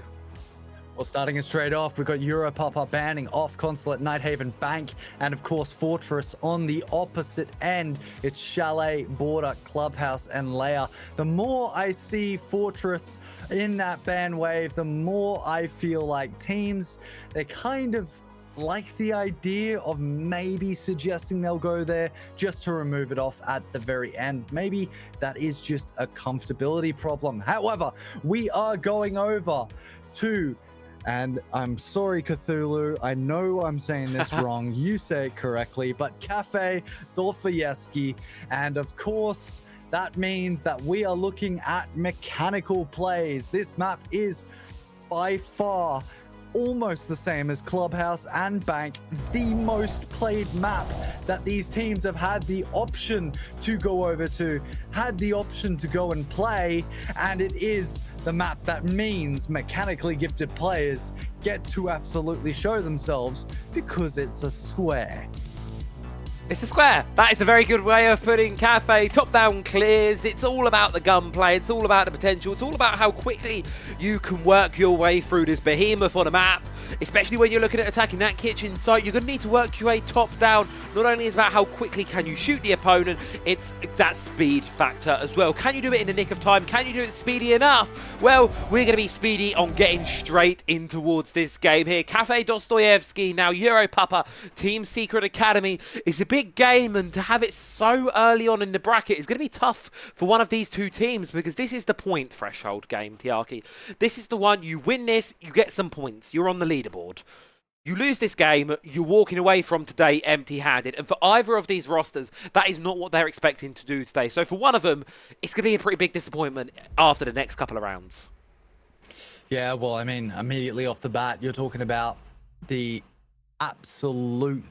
Oh, man, I can't even speak. It is domination between these two teams. It is a map of search and destroy. Both of these two teams will be out for blood, no matter what the cause. On the banning side, Azami and Castle makes a lot of sense when you think about kitchen and the top-sided hold. Of course, the Castle can be used as well on that middle floor, but for the most part, the Azami is that top and bottom side, as is the Castle. In comparison to Grim and Dokkaebi being taken off the board, that is a lot of angle removing utility and roam presence utility. Dokkaebi seeing a lot of bans in the previous state, but for the most part now it has essentially been removed. So going to this middle floor, and we're starting off with what most commonly called the tertiary site, and Team Secret, they've done this twice now. I mean, they've got something clearly cooking on this objective. I think that's a really big important thing here for me. Team Secret have been doing quite a little bit of cooking on this one. Reason why I'm going to say so is look at Marto here on towards that pulse. He's playing this operator that's going to be lurking down below. Since he's had that Reaper added to his loadout, that machine pistol backup, it's added a lot of value to that operator, because you can play with a primary shotgun and have a decent secondary to fall back upon. So when you're playing solo down below on that C4, you've got that bit more utility to play around. In addition to that, you've got the mirror. You can hold down these really key angles on this top floor, hold those power positions, funnel the attackers through. That's where the smoke grenades come in. Really well-rounded lineup here. Flip side on the attack, though, I like what they're bringing. It's much more concerned about this flank play, because I think Europapa knows, Secret Academy, they like to be quite reactive. Reaction is the name of the game. As we almost dive bomb into the hatch there. Absolutely going for a bit of fun. But Croxon, he'll start us off. He's got control on the top of this stairwell, sending down the good old spiky traps. I know they've got a different name, but I'm still going to call them spiky traps as much as I possibly can. The mirror set up in a beautiful position to completely cut off that angle in towards Cigar. And of course, that includes their secondary position on the offset. Clearance of this top floor is the exchange. They want to gain as much control up top as possible. Elements is going to take a bit of damage, make it 2 players, almost 3, as Skies, he's made his way up brown stairs. Jex will be able to find one onto Elements, and that leaves in a 2v3. Welcome to the world of aggression. These players have all been taught how to operate with each other. It's a beautiful crossfire coming into play. Fenno, he is the last member remaining. Diffuser is down. Nitro Cell is available. Maybe can find 1 or 2 potential kills. But as this timer continues to tick down, there is so much time to make a play. There's a lot of opportunity here. You have that C4 as well, so do keep that in mind. And as Europapa look to play the vertical, unfortunately, it's just going to miss its mark. Fedo could just look to hide this corner, play the clock here. You have to try and isolate these picks, but Europapa know that's going to be the game plan. They're moving as a brigade. They're moving as a team. As a train of pain here, and unfortunately, it stops for no one there. Fedo shut down. Europapa, a pretty quick, pretty decisive first round there. Some beautiful tight angles being held, and it's a really, really good one to see from them. I really like that here. The crossfires, how quick this top floor clear was. Now, you've got to give Skies his credit. Really good position here to do that backstab as well. Secret Academy, they just got boxed in, weren't really able to make the response there, and it was a quick closed out round that was decided pretty early on. Oh yeah, just beautiful players immediately identifying the cross angles that you can take out multiple opponents in a lot of these cases. And every single second of every single minute, it was beautiful. And there's no reason why it shouldn't be. Europapa is a team that did just go 7-0. So they are definitely on a fighting angle for a position within these tournaments. Yes, they might not be playing as hard as they did in previous sessions or previous sections for that matter, but they are trying extremely hard now. Getting the conclusion that they're looking for here is exactly what we want to see from them.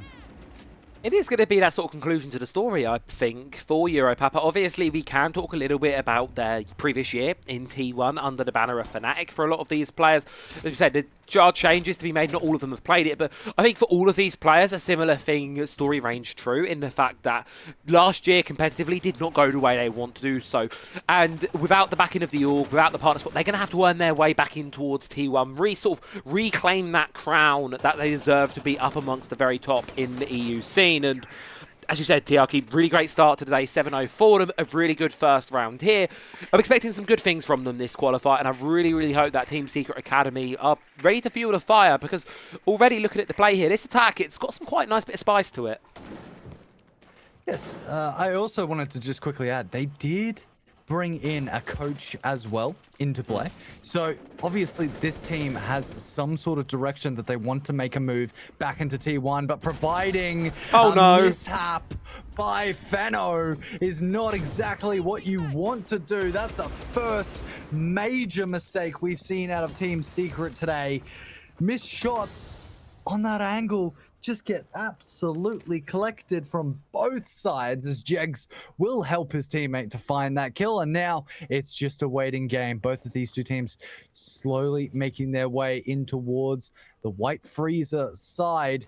White Stairs and White Freezer. Whether or not they make that push depends on Marto here. If Marto can hold it down, it's going to be very, very slow and a lot of time wasted.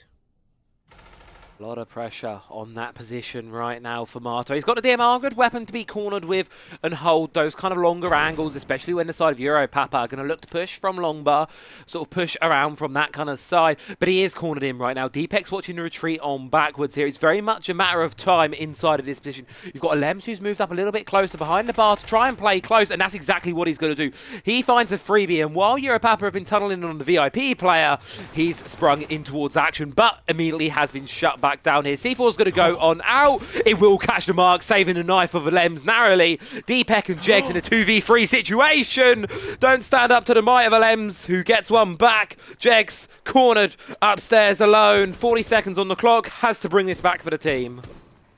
Now, we're going to remember LMs, he was a tier 1 player as well, so going up against tier 1 players, it's a back and forth, and LMs may have just misread the potential position. It is a nade that goes through. He hasn't seen the crossover, but Jegs has. Perfect shots straight through the wall. A little bit of info is all that was needed. Diffuser needs to be picked up. 10 seconds remaining on the board. The timer slowly ticking down, watching both positions. He's made his way into the other side. That will give enough to start putting this diffuser down, but with 10 seconds, or I shouldn't even say, with 4 seconds remaining, Nitro Cell will come through and Team Secret Academy answer straight back. And this is looking like a game. This is looking like we've got something on our hands. I really hope we do between these two teams. As we said, this one is heartbreak for one of these rosters, so I want to see them going swinging at each other. This is an important game today. Obviously, the bracket will reset tomorrow. It's a new day, but you want some points out of this. You've only got 4 shots to get yourself at the top of the leaderboard, and we had 128 teams on the dot sign up in EU. So there's a lot of competition. There's only 11 spots, I believe, in the second stage of challenges. So it's going to be very competitive to try and get yourself up towards there. Secret Academy now going to be returning on towards mining and dining here as they look to try and see what they can do. Similar lineup to what they had before in the terms of they're bringing the Pulse. Solace as well. Valkyrie backing up. enough. There's a lot of information here for Secret Academy, and with how quickly Europapa have been playing, I think it's a good call to make. Try and spot out what they're doing it before they fully commit to it. Give yourself that extra information in those breathing seconds, and then strike them down from there. Well, it's a continuation going down towards this bottom floor for the Solus. Keeping in control of that bottom floor side. They will identify a potential rotation point, but that just may be exactly what Europapa is expecting. A few shots fired, but they don't really need to worry too much about him at this stage. The longer the round goes, the worse he could potentially be. Up top, I was gonna say, is a bad position, but hello, Skies. Welcome to the match. Marto will be able to completely trade it straight back. Jegs gets taken down as well. And that leaves one player sitting very close. This is getting so aggressive from both of the teams. They like the aggression. They like the play style. And with 2 minutes, this is surprising from both of them. This just doesn't slow down. It's just constant here. Absolutely constant chaos, constant carnage. And it's leading to a battlefield where one of these teams, if they slip up, if they make a mistake, as long as the other team reads it, there's going to be a lot of room to capitalize upon it and sort of flourish and bloom inside of that chaos. Top floor control now will be established by the side of Europapa. Minute 40 seconds left on towards the clock. They can start to face their way onto the second floor where the objective itself lies. But what really concerns me right now is the plethora of C4s in the back pocket of the defense and all of these players playing below for Team Secret Academy. They don't want to give these gunfights out. They're happy to give Europapa the second floor space because they know once they take it, it's a danger zone. It's a minefield waiting to explode. Never mind. Highway to the danger zone. And Wizard says, absolutely not. I will continue going down this highway. Sky is able to pick up one as well, reading perfectly the position of Mato, sitting nice and close with that shotgun in hand. Will spot the rotation. They now know where these two players are positioned once again. We saw the control trying to be maintained on this tertiary site, but once again, the timer slowly ticking down. It's not going to be able to help them. Nitro Cell goes out. That's the rest of their utility. The rotation has been spotted, and it's all down to Asa once again. Trying to find one. Won't be able to do so. Wizard sees from straight up above. Hello there, Kaid. Good night. Really good vertical play there from the attacking side of Europapa. I think they recognise in that situation, honestly, Tiaki, that Secret wanted them to come a little bit closer, get themselves on towards that second floor, and they just didn't do it. They stayed up on the top floor, played their angles, waited them out, and as we said before, it's something that good guys were doing against Secret, that kind of poke the bear playstyle. You poke Secret a little bit, they're going to expose their head, and then bang, you take it off just like that. Valkyrie and an IQ, sort of ineffective bands, sort of countering out each other really there, taking off a lot of the intel game that the defense have been playing around, as well as a pretty strong fragger and a lot of information that can be provided to that offense. What we're also starting to see here is once you get into the playstyles of a tier 1 team versus tier 2s, tier 3s, tier 5s, it doesn't matter. Each team has a different sort of playstyle within the tiers that they're versing. Of course, a tier 1 coming down against a tier 2, your bet would be on the tier 2. Sorry, the tier 1, right? In any case, in any position. That's where things start to get a little bit kind of screwed around in different positions. Teams like Europapa have good coordination. They've worked well with other players within the same roster. They know exactly how to play with each other. They know the setups that they need to operate with, and they know how the opposition is essentially going to play against them. So the coordination aspect is extremely high when it comes to a tier 1 team. The tier 2 team, slightly less, and that's just because they're tier 2.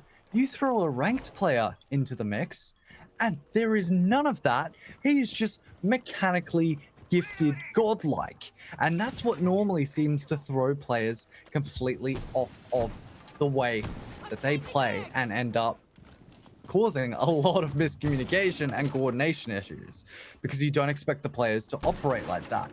In this case, Europapa is versing a tier 2 team. They know how to approach it. Nitro cells go straight out. They will hit Croxon. But for the most part, it just feels like a minor difference of coordination. It's a well-oiled machine for Europa, but I mean, this is 4 of the 5 Fnatic players, and like you mentioned as well earlier on, they've still got Saphius, they've still got that coach, really just inserting kind of skies into their pre-existing roster here for the side of Europa, but it's working for them, it's coordinated, it's quick, it's pretty clean so far, and Secret Academy, they want to take this gunfight because that's how they're used to playing, that's the caliber that they've been playing a lot against in the past in these official games, teams that will take these risky gunfights. Secret Academy, they're a team of gunners. They're a team that can really shoot back, but I don't know if that's going to stack up here when Europapa almost seem to want them to do that. 4v5 now. The attack holds the advantage early on into this one. Fenno with a C4. It's just going to get caught in the window there. Misses its mark. Deepek will stay alive for this position, and he retrades an explosive with another one. Frag grenade goes out. Straight into the line of sight of Jegs, and that is the coordination we talked about there. Stuck in a bit of a checkmate, unfortunately. But then there comes that individual prowess. Alems, Deepek, one for all, one for trade, but it's still Europapa in the lead, but only by 1. Chaos emanating on this top floor here. Final 60 seconds. And that should be the death of this Wamai. Yep, just playing up top, expecting the push to come through. Wizard, this man is absolutely popping off, and this is exactly what I mean when we're talking about tier 1 players coordinating with each other. Wizard knowing exactly where he needed to position himself to counter any sort of play in towards the site. It is beautiful plays coming in from him, and exactly what is deserved.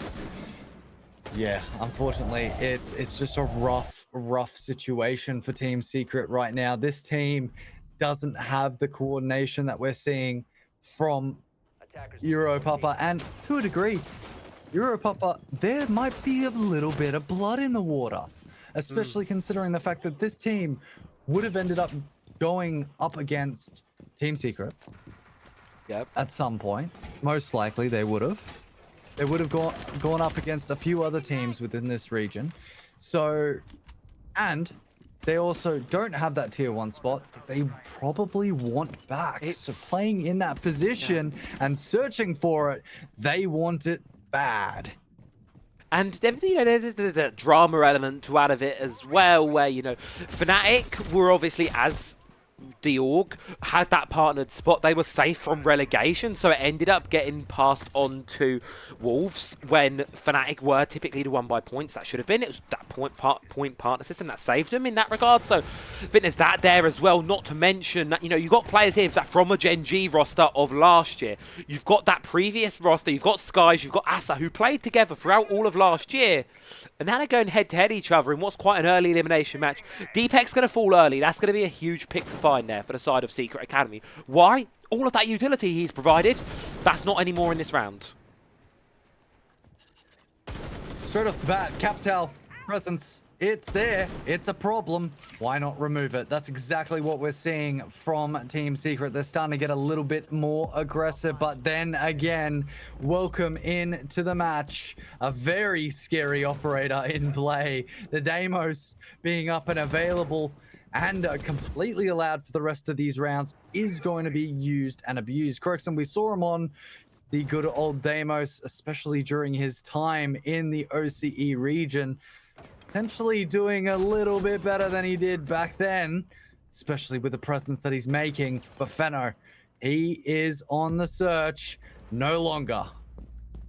Nope, he's got to run away. He is the one being searched for now. Off the recipient of a death mark, Tracker, and Jegs is there to mop up the kill. Second time inside of this round, someone from Secret falls back from a position, but there's someone from Europapa there to collect the kill as they're retreating. It's a really well coordinated sort of catch and retrieve play style here, and while individuals like Alems are quite able to quickly get themselves on the track, immediately he's running away, and while he's got a death mark above him, there's someone in front of him chasing him up. It's now putting pressure on Linku here to try and recover, but they know about the player in coat check. It's a clock factor right now for Europe. Wait for Wizard to get inside a position, and then you're likely to see another spurt of aggression coming in from this attack. Croxon peaks a little bit too early, will fall victim to it, drops to the floor. Could be recovered, but away from the rest of the teammate here. Could use the sense projectors to sort of cover this wall and make your way across. You know about the player inside of Bakery. Should be a nice, easy free kill, but no, it's a Lems having a nuclear games so far today. Europe have to retreat away, pick up the teammate. 40 seconds left to go, and not a good situation for them to be in. Sky starts making his move forward, immediately identifying the bar's position on his left side, knows that one player is potentially in towards the site. They have an idea where a second one is. It's a beautiful nade to come through. 25 seconds remaining on the board. They know that one player is also potentially in towards that Bakery side, can use the steel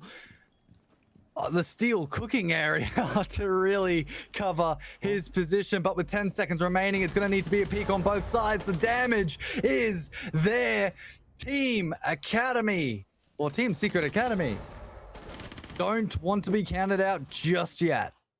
LM's no other than him. There's a reason this man carries a lot of weight right behind his name. Quad kill inside of that round, and he had a phenomenal game looking back at map 1 as well. But here, so far against Europe, he's really done a good job of keeping Team Secret Academy close and competitive. We're barreling towards an even half here. If Secret Academy can really sort of try and tie things up a little bit here, they'll be coming out of this half quite well and good for themselves. We're now return to that second floor site, reading and dining room, with a bit of a changed lineup to what we've seen before, but ultimately I think it's going to be that same game plan with Tiaki, where it's just going to be a bloodbath.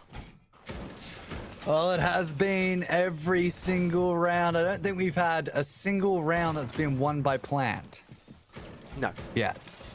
No single round that's been won by plant, and no single round that's been won by timeout. It has just been consistent bloodbath terminology in this game. Every single person needs, wants, or will end up dying at some point. And for Europapa, they will need to start finding a way into this round to find that fourth.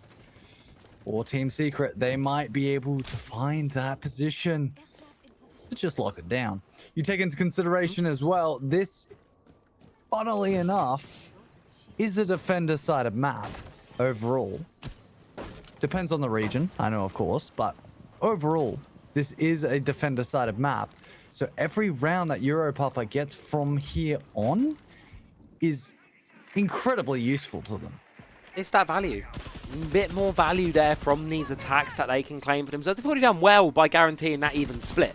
The worst they come out of this half is 3-3, which is not a bad go at things on a cafe attack by any means. This time around, though, Secret Academy, they're still going to be looking to play these top floor positions, still try to hold things down, but I think getting a bit of a better idea here, just slowing it down and not giving it away so easily. Nice C4 from Marto will be shot on out there by Jegs, preventing an early death, but you can already see it. Asa's on the white window, looking to do the same thing yet again.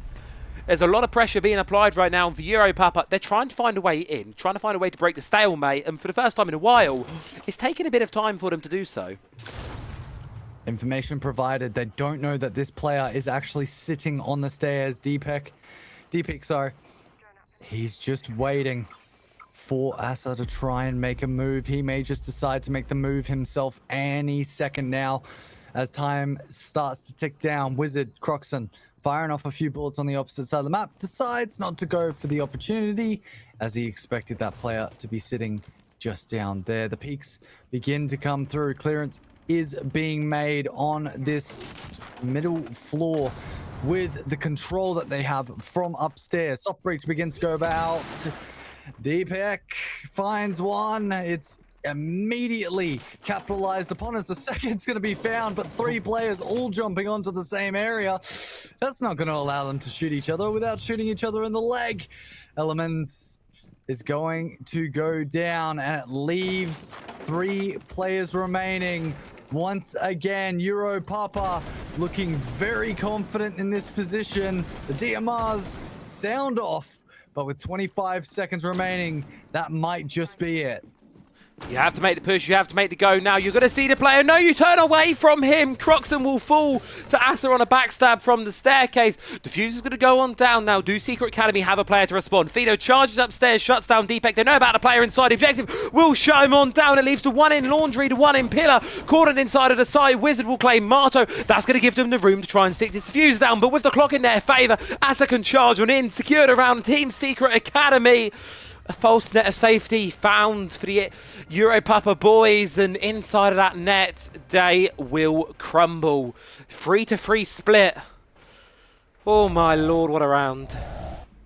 I'm a little bit concerned there for Europapa. That looked like a little bit of complacency going in towards the site. They had the control that they needed. They had the lockdowns that they needed from upstairs, but the majority of the time, no one was really watching the cross, and that allowed Marto to get straight in, find that potential kill. They knew the player was potentially outside into pillars, and yet they still allowed him to move around and still allowed him to push his presence.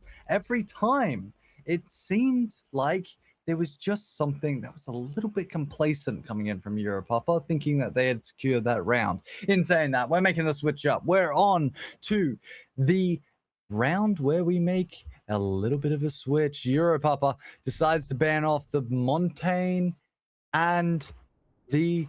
Well, I shouldn't say the Montaigne. I should say the Montaigne. Montaigne and the Grim. And on the opposite end, the Mirror and the Valkyrie. What does unfold here? We know Secret Academy do like to play with their shields. We saw it a lot previously in map number 1 of the day for them. Europapa will be familiar with these guys, no doubt being sort of one of the teams towards the top of things. They will be screaming each other here and there, plus seeing each other at officials. So they will have a rough idea of what the other likes to bring there. So I think it's a very accurate and more specific band here compared to Team Secret Academy, who on the flip side of things have gone for much more default cafe bands. Mirror, Valkyrie, we're used to seeing it. Valkyrie can provide a lot of information here, especially you look towards that kind of upper bar area where it's a bit more open. One Valkyrie can cover quite a portion of that top floor versus what's actually unfolding in the lobby right now is quite a trap-heavy lineup here from Europapa, and I'd love to see this from Wizard. It's the Ella. Oh, I was hoping to see potentially a spawn peek from Wizard there, but it looks like he's going to be just slowing down the play a little bit. He's going to leave that open. That's a bit of phantom pressure for the players on the outside, but of course, this is a downstairs take. Straight into kitchen is the idea, and it looks like the way that the players from Team Secret are currently positioning, Croxon as well, just sitting and chilling inside of Christmas. But for the most part, the positions of Team Secret kind of direct me to say that I think they're going to go for either a bakery or a freezer push here. Mid line up. Capital Bolts going to go on through towards the freeze away. Cut that one off. There's a bit of a ruse. Croxon realises something's amiss, but I don't think he quite realises what's going on inside of the objective. Storming on through now. They're going to get punished for that blind aggression there. Croxon lights it up with 2 quick kills. Going back the other way. Equalises things out here for Europapa. Buys them away back inside of this round. There's a 1v1 going on the top floor, but it's going the way of the defence. Marto loses it to Skies. Now vertical control working against them here. Team Secret Academy backs up against the wall, even more so now. Poor Alfeno, 1v3 with a DMR. Not a lot to do. How do you lose that up there to Skies? He is a soulless. He's not a warden. You are Blitz. How is that a loss there? What is that position? That feels like there's just mistakes that are being capitalized completely by Europapa. Feno starts to make his move in towards the site, but the clearance is going to be made upstairs. They know that he was slowly pushing forward. They knew where he was pushing from, and it's just immediately capitalized. Mistake. Europapa now have that 4th round, and 3 rounds are needed. Next site that we're going to be going to is up on to the 2nd floor. Looks like they don't want to go for the top hold just yet, but rather securance round by round. And honestly, looking at the operators that they've picked here, I'm not sure. Do you see kind of cohesion that goes with these operators. I feel like there's something massive missing. Yeah, the whole picture doesn't come together here. You've got double down on the throne utility tonight. You've got the Wamai, you've got the Jaeger. Rooney sort of feels that role as well. You've got the Vulcan Canister to slow things down, but I don't know. For me, it's lacking that bit of punch. Where's that staple? Where's that big one that's going to really sort of throw up a challenge? Because right now for Europapa, I don't want to say they're relying on their gun skill a lot more to get their way through this round, at least with this strategy, but I don't know if there's something missing, I think, is you're right on the mark there, Tiago. There's a little bit missing from it, that statement, to really sort of seal the package up. Yeah, I don't know. I don't know what it is, though. It's weird, because, like, you see this, oh my... No. Oh, dear. No. Hit him with the question mark. No. Wizard, you cannot be doing that. Wait, wrong replay. Opposite team. That is not how it's supposed to be done. Elements starts to make his way onto the same side where his teammate just got spawn peaked. He's on low HP. Or correction, Feno does. As Elements is on low HP, and it's just a massacre. That is a kill and a half. Absolutely beautiful from the opposition team. A 4-3 scenario, or 4-5, I should say, scenario, and just, yeah. I mean, Travi, not good. What else do you say? That was a beautiful shot. I think he felt like the shield could cover him even further up. Marto, certainly I think he saw in the all chat there, a little bit confused on how that one transpired, but Ems has to be careful now as well to speak of him, because he's on 1 HP. There's 4 Pokeballs on the impact grenade pockets of Europapa, as well as the Vulcan canisters, so Syria Gates you can't charge through anymore. Or a bullet from Croxon, that'll do the job just as well. 5 versus 3 situation. Linku having a bit of a lurk play here through up bar. Just crouching on across, but it's not too far. You can go Factory from above or disable to Syria Gate. But I think that's just going to give a bit of an idea as to what the game plan might be here. Linku does need to get a move because the team's crumbling around him. Deepex found another one. Asa's in a gunfight taking damage, and the play's not going to work on through. Cornered on Cocktail. There's not a lot to do. Skies will seal the deal. And with it, a flawless round, the first of its kind all day long. And Secret Academy, rightfully so, I think, realise it's slipping away from them and go into a tactical timeout. The infamous tactical timeout. In some cases, it suggests that you are just locking in a sector. You want to be able to make sure that you're able to talk with your team, redirect how they're supposed to be playing, redirect how they're supposed to stay with their approach, or change their approach in a different way. But to the opposition team, it says, hey, look, we're scared. We don't know exactly what's going on here.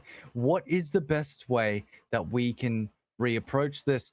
For every regard in every regard from Europapa so far, they have been the team that is in control of this match. Even on the rounds that they have lost, most of the time, we have not seen such a round in a dominant fashion. This round, that very last round was just smoked almost. Oh, yeah. The last 2 have been pretty one-sided, and I think that's why Secret Academy have called the tactical timeout there, because it's slipping away from them, and I don't think they quite realise why. There's not a key pinpointing factor. Sure, there's the spawn peak, sure, there's the hero plays, but it just feels like there's levels to this game kind of emerging here in this second half. Europapa just have that extra little bit of confidence, extra little bit of backing behind them. They're going to go towards the mid-floor site now, try and complete this rotation through for them.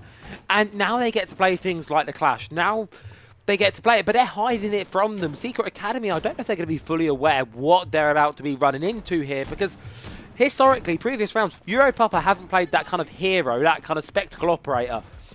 They're bringing it in now, and I'm not sure if Secret Academy are going to have the right idea how to deal with her.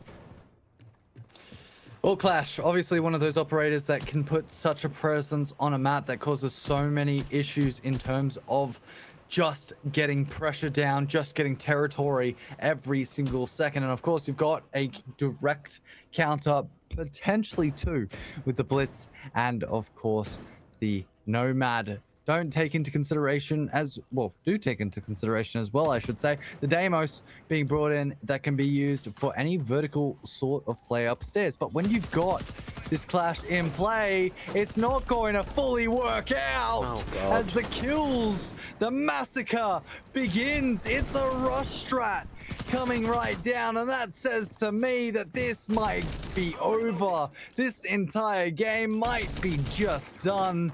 It was a last-ditch attempt to try and get this situation resolved, try and get themselves in favor, and it is absolutely massacred by Europapa. They lose one as a result, but at this stage, Team Secret, it is not a good position to be in. You basically have one player that's almost dead and a second player that's trying to make a move, but that clash can just completely cut off that diffuser. The one thing you don't rush into is a clash. You do not run at a clash because it will not work very well, because you will not be able to move very fast. A Secret Academy, unfortunately for themselves, have found that one out the hard way.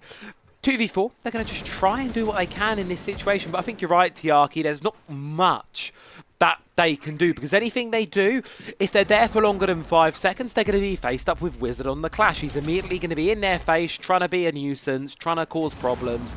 That's what the clash is there to do. They can try and get a freebie on towards 1 or 2 with this vertical. It's about the only way back into it, but Europapa recognise that's about the only thing they can do. So what do? Just chill. Don't bother with the vertical. Hide away from it and just sail this one out, cruise it on towards what will be for them a nice and early map point with 3 opportunities to play on through. Timeout for Secret Academy. Obviously, a big play was going to come from the back of it. Europapa were prepared for that hero play. It's why they hit the clash. And now they can just wait out the remainder of this one. 1v4 for Linku. Unaware of the one on his left. Nice quick shut on down Europapa. Match point. Welcome to Tier 1, says Europapa. This is the difference between us and you. Yes, we struggled in Tier 1 as Fnatic. Yes, we struggled in Tier 1 as Team Bliss. But it doesn't matter what is going on. Oh, sorry, correction. As Golden Guardians.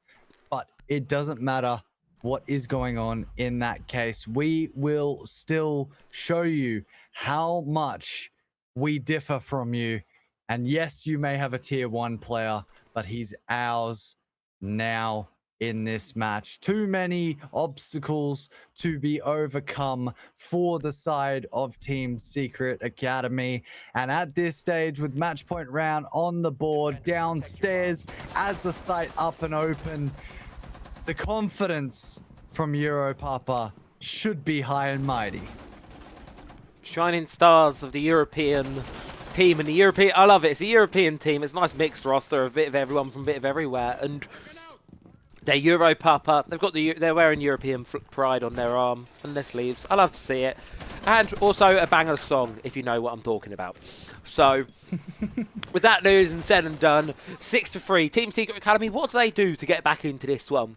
It's, I think, just not full privy to what Europapa want you to do, which is take these big gunfights, take these really early swings. Europapa keep poking the bear, and the bear keeps reacting and falling into those traps. Just slow it down. Focus on one at a time, and then you just got to rely on no one from Europapa going massive, because that's the other issue for Team Secret. They could have a strategically immaculate round, and then someone like Wizard, someone like Jegs goes crazy, and it's flipped on its head. You've got to be really careful how you approach these next 3. Well, Asa will start us off, but it's immediately traded back. Croakson decides to get a little bit aggressive. He knows that another player could potentially be pushing the opposite side. Not going to give them the option or the chance to. Skies looks to get a little bit aggressive, but there is Marto. He's answered straight back. The back is taken off the board. That leaves a 4v3. Does that mean that Europapa is currently at a massive disadvantage? Not completely. These teams understand each other's playstyles quite rapidly. Wizard decides, okay, that's enough. You can play like that. That's fine. I'm going to start getting a little bit aggressive back towards you. Immediately I think he's identified Marto's position. They know he could potentially be in here, but it's not seen. We're going to be going to another round, Travi. A 1v4 scenario, and it is a slow-firing weapon left in the match. And unfortunately, a slow-firing weapon that doesn't do a lot of damage there. Team Secret Academy, perfect recognition there. They sort of flipped the table on its head.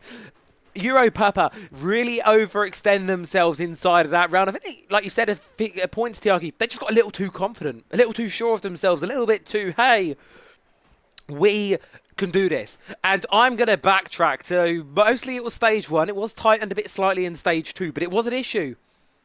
Europapa, Fnatic, as a team, something they struggled immensely with was closing games out. When things got close, they often went to overtime, and it was a reason they didn't get the points they needed in EML last year, because when it got to this kind of a stage of a game, it's often said the hardest rounds in a game of Siege is the first round and the last round, the one that gets the whole thing done, because you can get to this point great, but Team Secret Academy could equally win the next 4 in a row, take the game. It's that final threshold, and it was a problem for this roster a little bit partially in EML last year. I don't want to say it's biting them back again because it is just 1 round, but at least food for thought here. They need to seal this before it goes to overtime, because if it gets there, Tiaki, it's anyone's game. Anyone's game it may be. Anyone's game it definitely can be. It is a tough situation to be in for both these teams right now. 6-4 Wizard. He is a big player right now. 11-5 with Jags just behind him. 10-5 positions taken to try and see if they can get some sort of spawn peak. Oh my, that's not exactly what you want to see. Disrespect onto the board. Wizard is able to kill Marto once again, and that is a terrible start for Team Secret. Now, they'll need to find some sort of way in towards this site, but the longer they take outside, the harder it is going to be to find some sort of territorial ground. Of course, with this site as well, it is that rough and tough position of closing out that upstairs hold. Push on through. You've lost that line as well. It's a big bit of utility to have sent down to the ground. Link, you're going to be trying to push up. They're aware of the player playing behind the bar. Frag grenade goes on. Through forces him back, but you're vaulting. You're not ready to respond. Croxon, though, he certainly is. Shuts him on down. 5 versus 3 situation now for Secret Academy, as they try to find their way into this one, but all 3 players that do remain, well, Tiaki, they're on the outsides of the building, yet to even make a dent on this defense. Tick tock. The clock is slowly going down. The 6th defender is slowly tightening its grip on Team Secret Academy. Wizard answers once again. He's gotten the kills necessary in this round. It's a back and forth as Asa's position has been identified. Croxon decides to go aggressive, manages to find the kill. There's a reason he was in tier 1. There's a reason why all of these players were in that top tier. As the timer starts to tick down, it's all down to elements. He was another one to join them, but there's 4 different angles to look at. No time left. The GGs are called, and Team Secret Academy will end their run here, while Europapa continues. Cannot stop the Europapa train steaming on through here. 7-4 victory, a comfortable closeout. It got a bit dicey at points in their attacking half, but their defense is solid as a rock, solid as ever, and they did a very fine job in getting themselves done there. They will find themselves going up against, I'm going to butcher this pronunciation, Tesho et Tepasho, which roughly translates from French into, are you hot or not hot? Banger team name. What a name, Tiaki. And that's going to be a lot of fun. I'd prefer the first part. What, Teshu's dead Pasha? There's no way we're saying that one quickly, is there? Teshu sur passion. Teshu Pasha. Hey! Hey! Hey, You weren't even in Paris and you've learned more French than me. Oh, well, good thing I Yeah, no. I'm bringing Let's you not- to the next Let's not one. describe my French. I'm bringing you to the next French event. I think that's a very safe plan. But what is also a bit of a safe plan for you folks at home is going to be the next game going up. As we mentioned, it's Europapa versus Hot or Not. I think we're just going to stick with here. They're just about to get underway with a map veto and having themselves a little bit of a breather, because of course that was quite a steamy game for them, and we are going to do the same. So don't go anywhere. We'll be back in just a moment.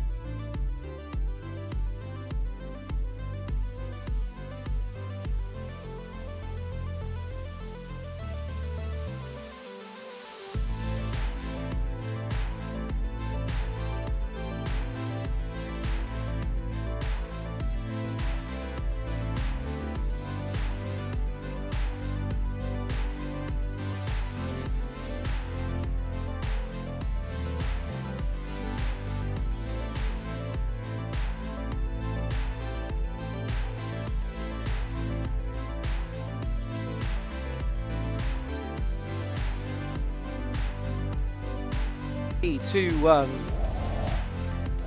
And for our third game of the day, folks, we're having a little bit of a pivot. We're having a little bit of a change of action.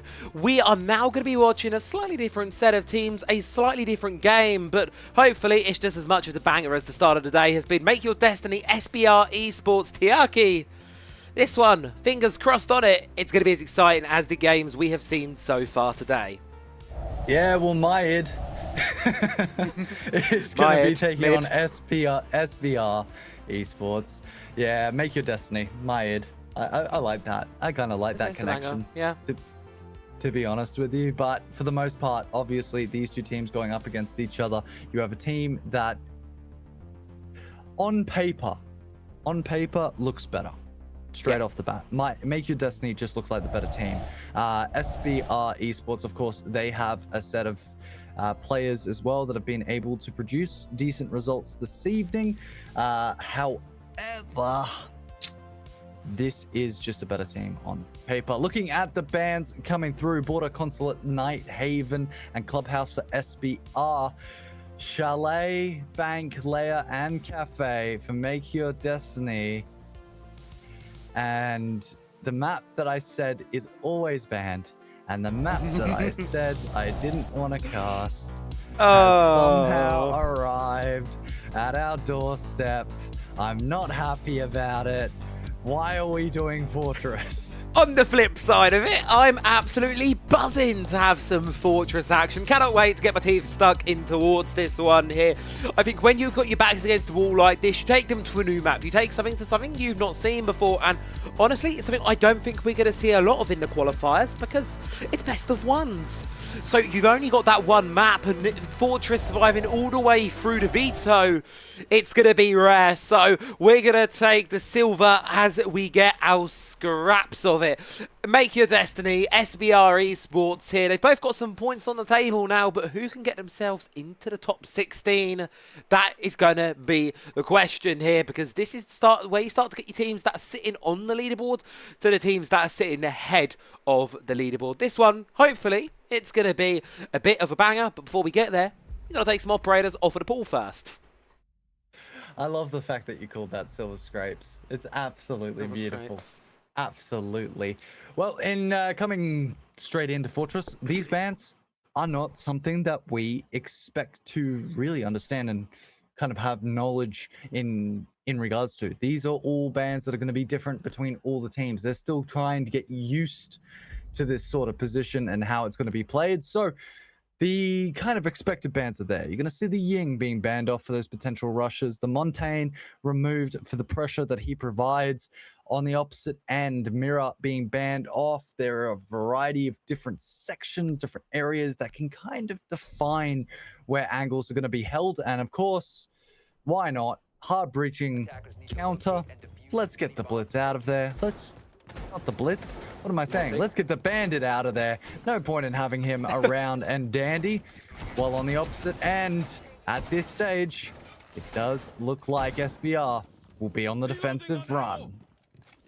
I am really looking forward to seeing how this map plays out, because we've only really got a small sample size of it in officials, and most of that can be directed to the Invitational, where Europe, I'm just going to be honest, we sucked at this map. We were not good on this map. The only time we really did well, I would say, on it was the grand final, where we just about took it from FaZe, and that was like just about. That was courtesy of Mr. Doom having a life game, so it was a real testament. NA have been phenomenal on this map. So what am I looking forward to see here from these teams? Well, some solid fundamentals, a solid idea of what we should really learn to expect to see from this map. A lot of stall-out utility from the defense on the attack. Things look pretty well-rounded.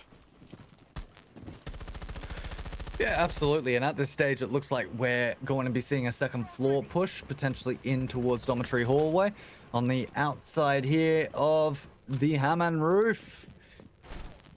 What a weird name. What an interesting name. I kind of like it. I kind of don't. The Kaid obviously being welcomed in as well. That makes a lot of sense. This is his map. You have to show a little bit of respect and bring him where needed. No Nomad. Kind of sad. In this case, for the Regard, Dormitory Hallway will be opened up, providing them with a bit of intel in towards Shisha. And, of course, providing that potential angle down into this, well, the other dormitory sort of area. On the opposite end, it does look like we're gonna have a bit of a play from Make Your Destiny on the downstairs. Loki potentially looking for that player up above, decides not to go for it as the nades and all the information begins to get gathered. Part of a push here, but I think the big thing is this Goyo. He's not been spotted. He's able to stay quite still, chill here, and not been marked out by the Cowan Hives yet. Will take a little bit of damage to positions. No, but no, it's the C4 from Askel there. Shuts down MV22. Opener going the way of SBR. One has been found back though by Roth, equalising us out 4 versus 4. The pushing from Tower is starting to apply a bit of pressure on towards these defenders now, but it can't really go anywhere until the attack elsewhere on the map really starts to line on up. And while they're slow and stalled out, things are going to be difficult for them to push on up.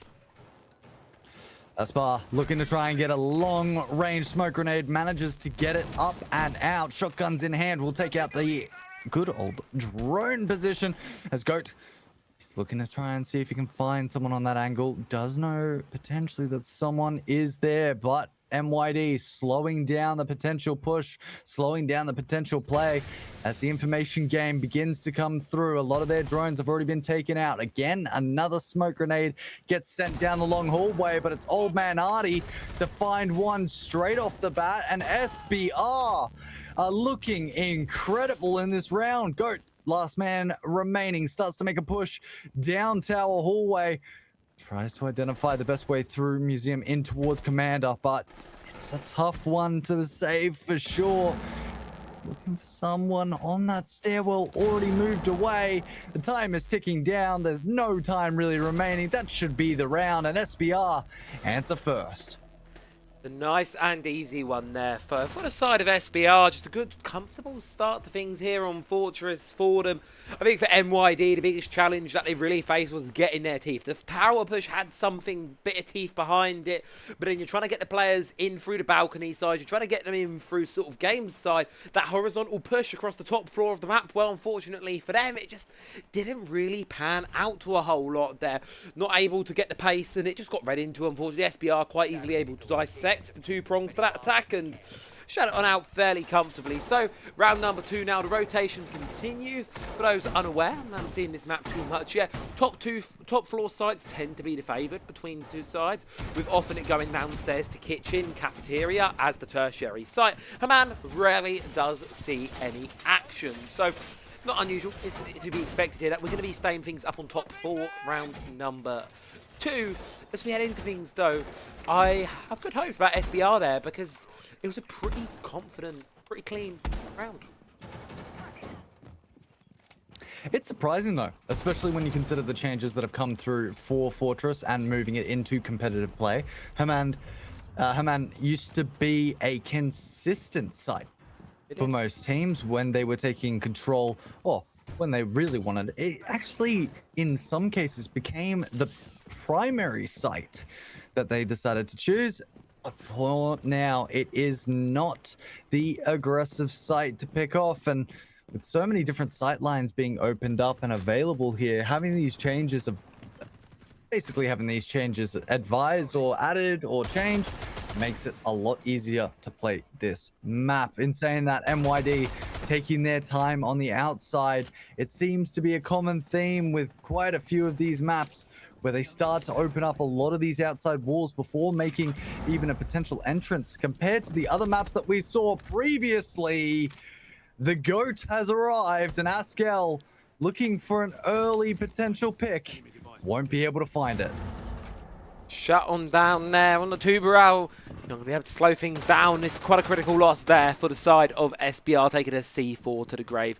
With you as well, much better paced attack here from Make Your Destiny this time around. While there's still a few players still sort of dawdling on the rooftop, there is an entry being made in towards the building off of the back of Loki here, charging forward on towards the Deimos. Now, going to see this set up in bathroom, but there's not going to be anyone here to really play against or around it. SBR, they forfeited this side of the map, and for the most part, all of the remaining players back in the objective. I've got to respect Loki there. Immediately going through bathroom. Maybe I should just quickly do a little bit of a check into the bathtub, making sure that no cav is potentially It's the one time you don't, isn't it? It's the one time you don't check it, is where the cav has decided to make the bathtub her home. In saying that, though, it's an upstairs play. They've been able to get access to a few different walls, but again, this site is a full lockdown. There's only one access point, really, and that, again, is through the dormitory hallway in towards dorms. The plant is available and begins to get accessed / used, but the player's position has not been found behind those boxes. Toxic grenade goes out, but again, it's a back and forth SBR. Give it to GNX, because he is cleaning up the opposition team. 3 kills for him. We'll maybe need to find a bit more here. Back and forth he goes. Low HP available. His teammate not going to be able to cover the close rotation. 25 seconds remaining on the board. Nade to go through. Does not find the damage, and the rotation is going to be made, but Goat's already expected it. Aspar is going to need to find 2. Difficult situation here. Is the defuse going down? No Toxic Babe, so has to just push across the gap here, but it's the GOAT. Shuts it down. Doesn't let him get an inch across there. And this is one of those things where this particular plant, that position there in dorms, is really, really difficult to set it on down. Reason being for that one is you don't necessarily always guarantee that control over towards Shisha's balcony. It's really difficult to have that because of the window facing out. So you can get in that site and get the plant down behind the bed there quite easily, but to fully get that control, which is what we saw the side of mid really struggle to achieve, that is going to be a common trip up, I imagine, for a lot of teams on this objective. How do you get more than that initial ingress into sight? Because otherwise, like you saw there, Tiaki, they're planting in the corner. SBR had the right idea, just unfortunately weren't quite able to account for those X-Factor players, those people that were really stepping up to win the gunfights for them. And the interesting concept from SBR is they've decided, look, upstairs may have worked on the first one, didn't really work on the second, so why don't we test out our bottom floor before we start having to go to these sites consistently? Oh my, that is a lot of Jaeger charges, and it looks like they've all been placed down almost in the exact same position. Of course, Thorn also coming into the battlefield with the new upgrades. Not fully just yet, but will be coming very, very soon. Is starting to see a little bit more play. And on the opposite end, it is MYD to make their approach. MYD in towards the building. They slowly make their way on through. Lineup this time, it's similar to what we've seen from them. They're playing around the Blackbeard, this shield. A lot of quick moving utility. You've got the Grim, you've got the Deimos. They want to apply that pressure onto that defensive side. They want to make sure they're uncomfortable inside of that little fortress they've built themselves on up there on the bottom floor. We're seeing Fawn for the first time today, which surprised me it's taken this long to actually get her out into the floor. But what really piques my curiosity about it is old man Artie. He's got 2 Razor Blooms left in pocket. He wants to use them more proactively, which is something we're seeing coming to play on operators like Ella as well lately. You hold on to those traps and put them down as and when you need them later in the round. The longer the timer goes, as most people know, the worse it can be. So the floor up above, once again into games room, and dorms will be opened straight up. Can we call it dorms? I feel like dormitory is just too long. Just bring back dorms from Oregon. Anyway, the setup is going to be made. We're going to get a lot of vertical play at this current station time. Players from down below in terms of SBR just decided to kind of fall back from their positions. Of course, we may end up seeing a few rotations coming in. The CZ also coming in to play for the Thorn at this stage. The drones begin to go through. The Deimos already has so much information available to him. As Rofsan may not have just spotted the player that rotated underneath him. Caught him out, possibly here. He just really playing that aggressive position right now. Askeldo elsewhere in Infirmary in a world of pain, putting those ADS devices to use there, eating up all of that utility, all of those grenades hitting the flank, the backstab from GNX. It comes in and it comes up huge. Not quite able to get the third there, and an equalizer found with a frag grenade combination with Emtre keeps Make Your Destiny having control of everything inside of this one. Old man Artie keeps his team in it, finds a second one. 2 versus 2 situation right now. Chaos emerging, and you can put those Razor Blooms down now, because with 25 seconds to go, this defense, they know exactly what the attack's about to put on them. I'm loving what we're seeing coming in from SBR. It's perfect play as the timer slowly starts to tick down. A bit of movement coming in from the Blackbeard. Needs to start looking for a potential plant option. Old man Artie gets caught out, and it was also going to be the end of days for Blend. Beautiful shots coming in at the very end there. But you've got to love what SBR is doing. G and X. He is an absolute demon within this game so far, not causing many issues, not causing any problems, just basically saying, hey, look, I have the ability to get in towards the sites. I don't have any hesitation in the way that I want to play. Let's just go at them, and it seems to be working extremely well, which unfortunately could be a telltale sign for MYD if they do end up winning this game. Where do the side favours lie on this map? Because if you look at the Invitational, our only point of reference really, it was defender-sided.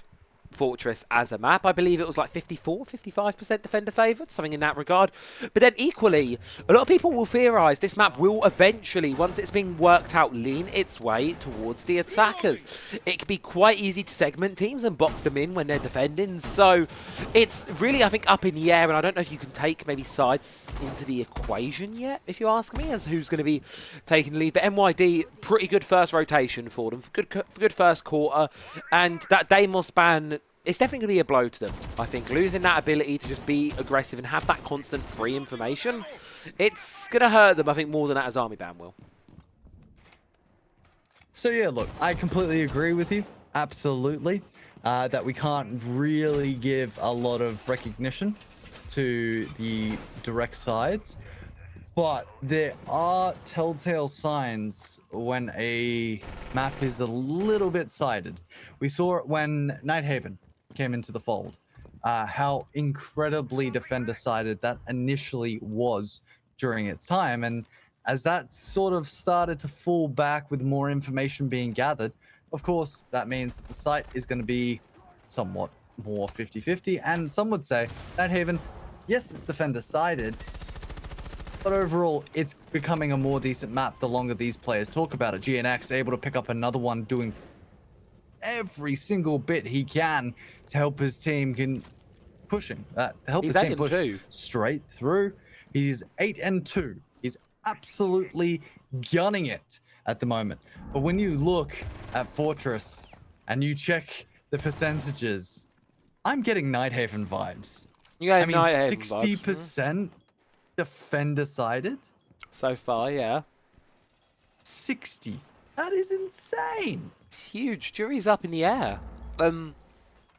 If we take it as the defender-sided map, which you will lean towards at the moment, SBR, I think the rest of the team needs to come alive a little bit. I think that's the biggest problem for me right now.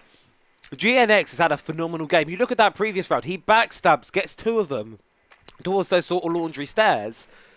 And they're unable to really capitalise on that. The rest of the team there, it really needs to be a bit more of a cohesive effort versus you look to the flip side of MYD and everyone is getting involved now with MV22 finding their first. Everyone on that team is putting in numbers, putting in the work.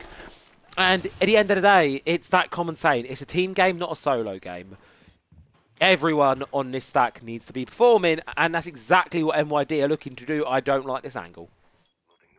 That angle is absolutely mental. Either of the 2 peaks, they potentially both die. We have already seen a trade-off today between 2 teams, but at this stage, it is going to be a slow push. They're trying to identify who exactly is up ahead. Smoke grenade will allow the rotation of the smoke to get out of dodge, avoid any potential threats towards him as the timer slowly ticking down. 35 seconds remaining on the board. They will be able to clear a potential path in towards the site, but again, these players have all rotated. They've prepped themselves on the side of SBR. It's going to be easy peaks. Why are we over peaking this? We don't need to.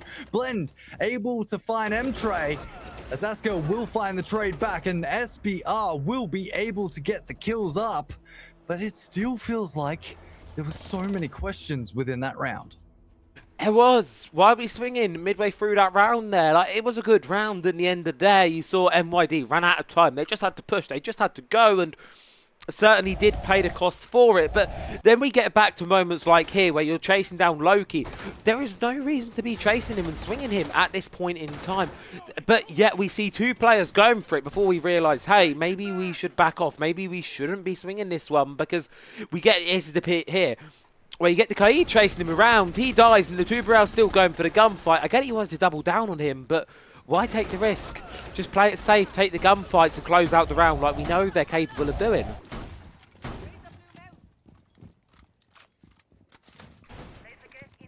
Still though, 2v2. Close games so far, and neither team's really been able to get a dominant showing. I think we've had a bit of a, much more so than previously, I think, Tiaki, it's safe to say, a mixing quality from these sides. We've seen some good rounds and some not so good rounds, and it's finding that stability, which can be challenging on a newer map. A newer map, it's something that throws everyone off. To some degree, and it throws them off for a long time. You take your time, especially going through rank. Teams like to play this again and again. I can imagine the amount of scrims that have just been done on this map in the last 6 months have been absolutely mental. It will, I guarantee each team would have probably tried to do maybe 50-60 scrims each. Minimum. And just getting knowledge of the map, just getting ideas of how the opposition can play and how rotations can be made, whether or not it's going to be a threat to push a position, or whether or not it's easy enough to just make that potential push straight in. Jump in available for M-Tray at this stage on the Cannon Overlook. Whether or not he decides to go in, it all really depends on this man right here, GNX, watching the potential jump through, and if that is not cleared out, could potentially cost the life of your Blackbeard, which in most cases, I'd say you don't really want to lose that player quite early. He's one of those where he can be really useful at the end of a round, charging on in, making a lot of chaos. So it could be difficult to lose him early on, and he's suffering the effects of one of these Razor Blooms. He's got the bleeding effects now, so he's going to be challenged to take a gunfight, moving slowly, sort of juggling that shield around. He just has to take 15 seconds to wait for this one to go off. But oh no, he's almost caught by another one. There's a nightmare of Razor Blooms for him right now, the Blackbeard. A bit of pain, but will eventually shake it off, move on through it. But the key thing is, it's given SBR space to retreat away from this one. 5 versus 5, their entire defensive roster still standing, and while control has been established for MYD, they're still being pressed at every turn they make. Well, each bit of movement, each bit of territory claimed still makes that struggle even more difficult. Access to potentially look at plant opportunities is slowly becoming more available, but with 50 seconds remaining, SBR are not giving any options to MYD. There's no poking to push players out of position. Rather, it is just a time waste coming in from both sides. Flashbangs are sent through. That's again the smoke just cutting off that timer as it slowly goes down. Nitrocell still available for blend. May choose to use it on a long angle. Rofsan's been caught off guard by old man Artie. GNX will take a lot of damage as well, but this timer is the threat. It's going to be a wide swing. Why? From Ascal, as the rest of the team manages to pick up a few. Aspa's going to go down, as well as old man Artie. It's down to blend. He's got the Nitrocell available. Can potentially look for it. You have to stick it. You have to try and plant it. C4's got to go out, but it's shot out of the air. It's too little, too late. How have they fumbled this one? It's a 2v2 post-plant situation. What the hell are we doing on the side of SBR? Why? Head hurty. Why are we swinging? I've got nothing more to say.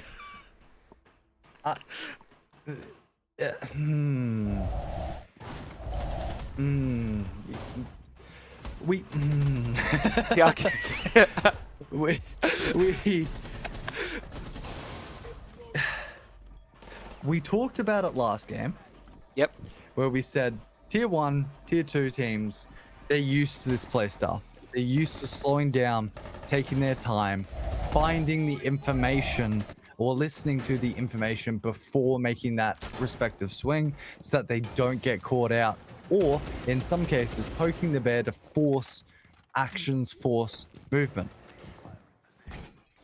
Ascal, during that round, knew that the team, or knew that the players were there, didn't have enough information on where the players could potentially be or who was there, and decided to swing.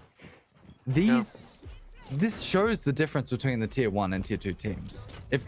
I'm sorry, I have to say it. It shows the difference. You're right on the mark. It's that second round. We've seen it already once or twice with SBR this game where they've had a good thing going for themselves, and I'll give them credit for that. The early mid-rounds have actually been pretty solid from them. They've been able to waste time effectively. They've been able to keep the attack on their toes. But it gets to that end round situation where mid are panicking because there's 20 seconds on the clock, and you feed into them. At that point, at 20 seconds, you can have a couple players fight it, sure, but just send someone to hide in a corner, because you know when that clock hits 0, they've not got enough time to create the space to get the defuse down, so you just cancel it off and hide in the corner, win the round off the clock. It's a fairly simple process on paper. It's overcomplicating things, anticipating that mid are going to do something that they haven't really done yet, which is hunt for that player, go for that, because they've not needed to. They know at 20 seconds they can charge on in, get the kills, and they will probably win the round. Guaranteed an even split now, which for SBR could be huge.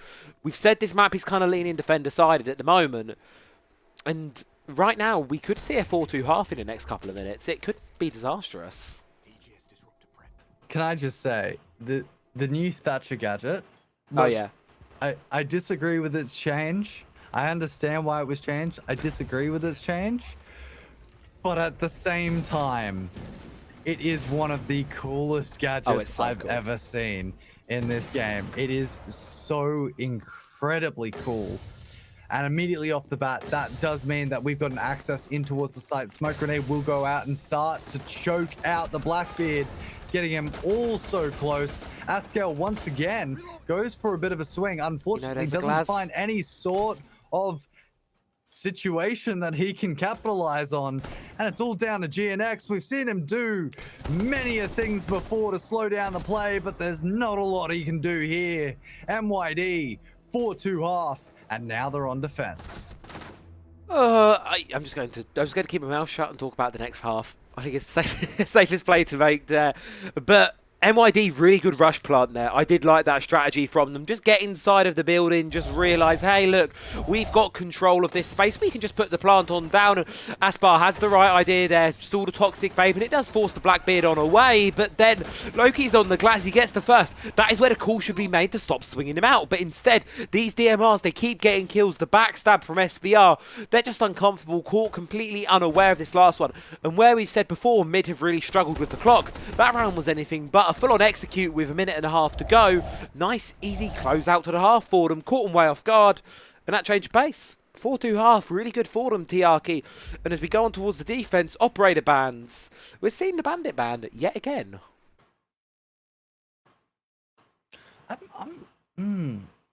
Again, I'm not really sure why.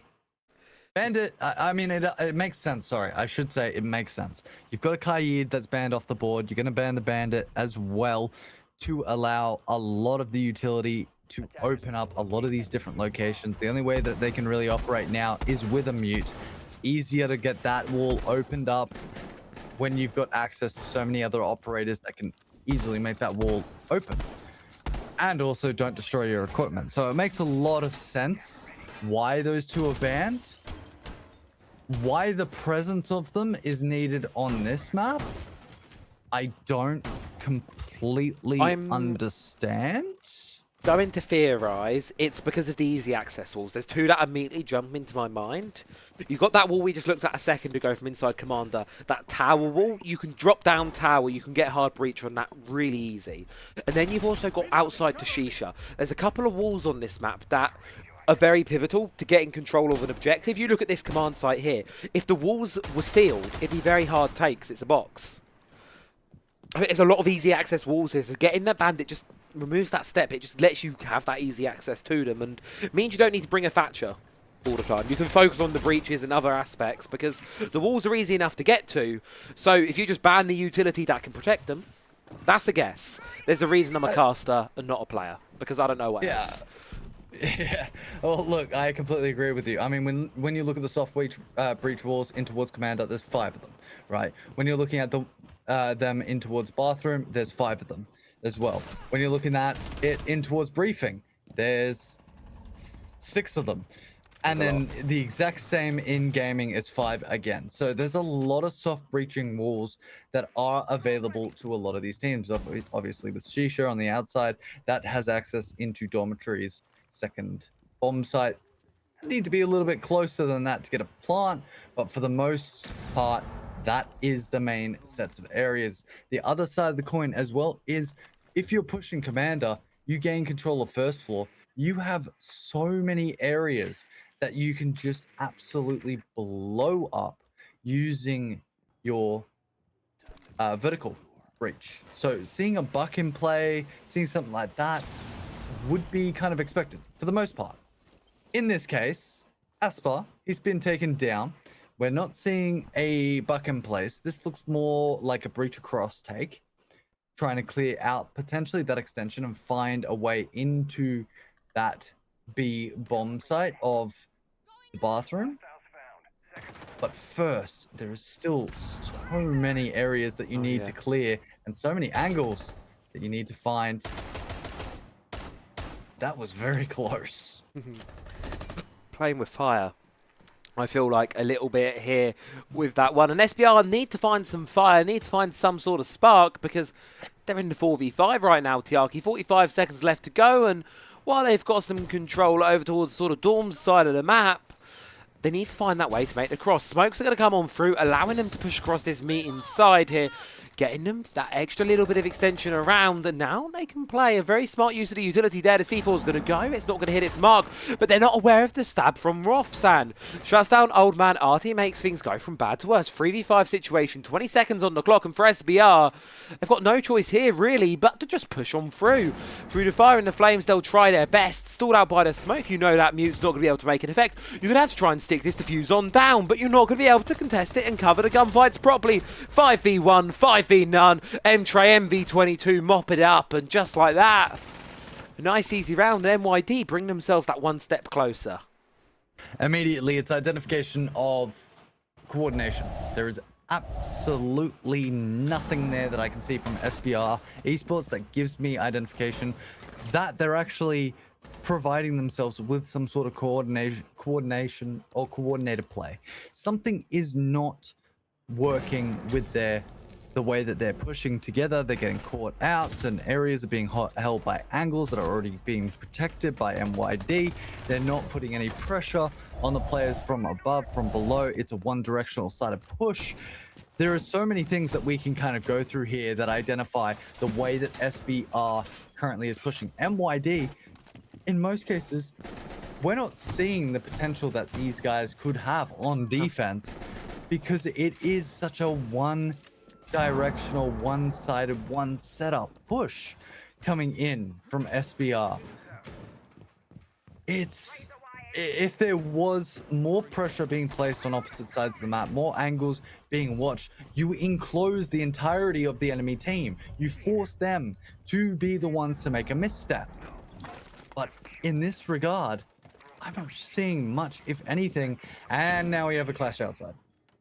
We have the clash outside. I mean, it's on this Shisha balcony. It's a pretty easy one to get into. It's a bit of a nuisance spot for her as well. And I actually quite like this because I just noticed she's protected from all other angles. That forward way she is facing is the only way you can push her. You can't go above, can't go behind. You have to go through her. So it's a nice little spot. I actually quite like that one there from M-Tray. And you can immediately see SBR are going, do we even want to bother? And I don't think they are, if I'm being honest with you, Tiaki. I think they're just going to leave her be. At what point, why would you challenge that? There's no reason to. Coordination would be one of the biggest ones. Yeah. You can easily coordinate with your Zofia that you've brought into the match. And your anyone really on that side that is up and available. You coordinate to make the shot at one time and then immediately start firing against the clash if they put the shield down. In that case, the shield was down.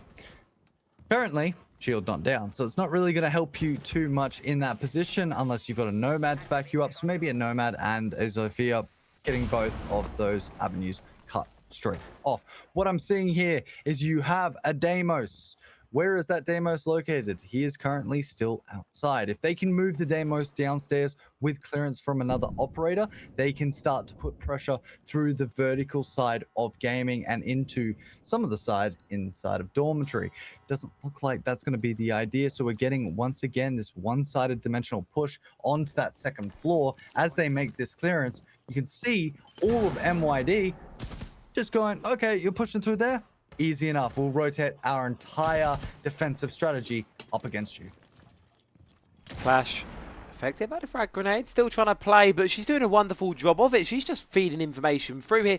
You've seen 3 of the players. Yet again, you know where this push is going to be coming from. So players like MV, they just rotate away from tower, sort of start to collapse a little bit back on this attack. And what a flank this one could be. But you better move fast because your team's starting to pick up the kills.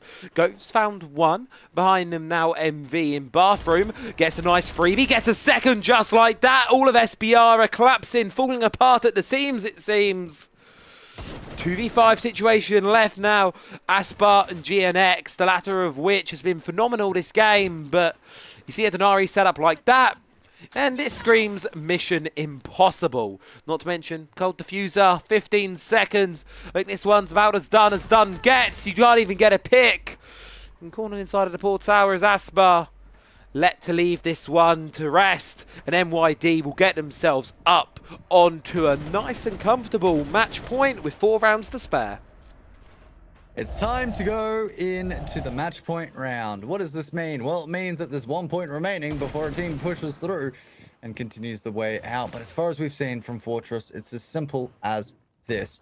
SBR came to this map without really coordination or preparation on how to make these pushes effectively. On the opposite end, it looks like MYD has the coordination that we would expect from them, but also just has the complete and utter control that they need for this map, and that's a defining factor in the way that they play. Their defense, impenetrable at this current stage in time. It's simply because the second they identify a player's position, they rotate everything over to 1 point and completely cut off all other potential angles. On the side of SBR, we've already listed quite a few things that could be changed. I don't think we need to list any more that we can easily, well, I mean, we've already listed them just for future. Just for future safekeeping. Yeah, 3 more days. Yeah, you have a few more days to learn.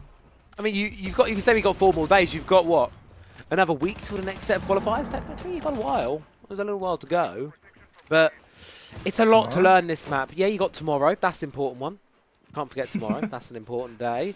But and as we say, both these teams, they've done well for themselves. That they've got points here. But for SBR, certainly, they're going to want to go a little more than 10 because the 10-point qualifier, especially with how deep EU is, you're not going to get through with 10 points. It's not going to be enough. You're going to need to consistently perform better than that. Even consistently getting 10 will not be enough in this region because you've got 32 other teams in the same position as you. So it's a build-up game right now for themselves. MYD, full of confidence at the moment, extended all over this map, challenging these aggressive angles, some even outside the building, and they're doing a very, very good job here of just keeping SBR on their toes. Well, Harmon, gun room, it's all prepped up. They're all looking for a way to potentially push and make this territory become claimed, and we are starting to see a bit of that vertical play coming into effect from MYD. They're playing upstairs, waiting for this push to come straight through. But again, we're seeing this really, really straight across setup. Look, it works in maps like Chalet, but you normally still have a player on the opposite side. Oh. In this case, it is still a map that players are learning, so it makes sense how difficult it is to play around it. Of course, with 1 minute and 20 seconds remaining and just the generalized setup that we're seeing here, yes, you've got hard breach. Yes, you've got some of the basic sort of setup, but it doesn't feel like it's intuitive. There's no real setup that indicates here, or no real operator that indicates here a direct line of push or a predicted set of attack. It just feels a bit directionless, like you say. What is the game plan? What is the goal? Push towards site, see what happens? I think that's what we're going to see unfold. But pressure from above on the vertical. You move one step closer, and you're straight into the line of sight here of Tygo on the DMR of the Tuberal. For SBR, you can poke the bear all you like, but the bear is quite happy in his den, and he's just going to slowly but surely wait you out. Let you fall to the wayside. 3 versus 5 position now. 30 seconds left to go. Askell falls. GNX as well. It's all down to Blend in a 1 versus 5 to deny a flawless end to this game for Make Your Destiny. But I think they might just make themselves some more points in this bracket here, as they will close out this game in a nice, comfy 7-2 fashion. Well, that's exactly what you expect from MYD. We talked about it coming in straight off the bat. MYD they were the team on paper that were expected to beat the opposition. They had every intention of doing that. And yes, we saw some great opportunities coming in through GNX, but unfortunately, when the team composition, the team play style isn't there, it's extremely difficult to monitor and extremely difficult to play off of. And MYD, they were just, at the end of the day, the better team. And now as we head and look towards the round of 16 for this one, it's going to start to be a bit of an exciting day. This is where we start to separate the goods from the greats. It's going to hopefully be another bang. I'm not sure who we're going to be following onwards towards next, but I can assure you, hopefully, it's going to be a nice, fun game. Tiaki, it's going to be a great afternoon, I think. It's going to be a great afternoon. I will have to say that for you. Unfortunately, for me, it is not so much a great afternoon, rather a great morning. What time is it for you? It is currently almost 2 a.m. in the morning. So I think I'm going to have to call it here, unfortunately. But it has been a pleasure once again casting with you, Travi.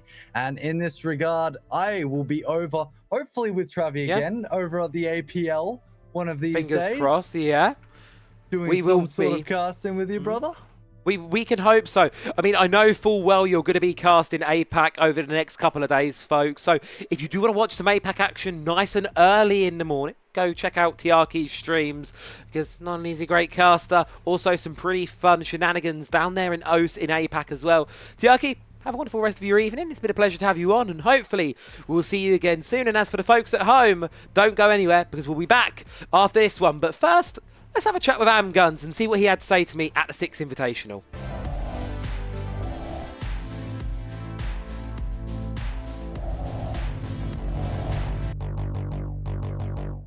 Welcome back, folks, to another episode of the Challenger Stories.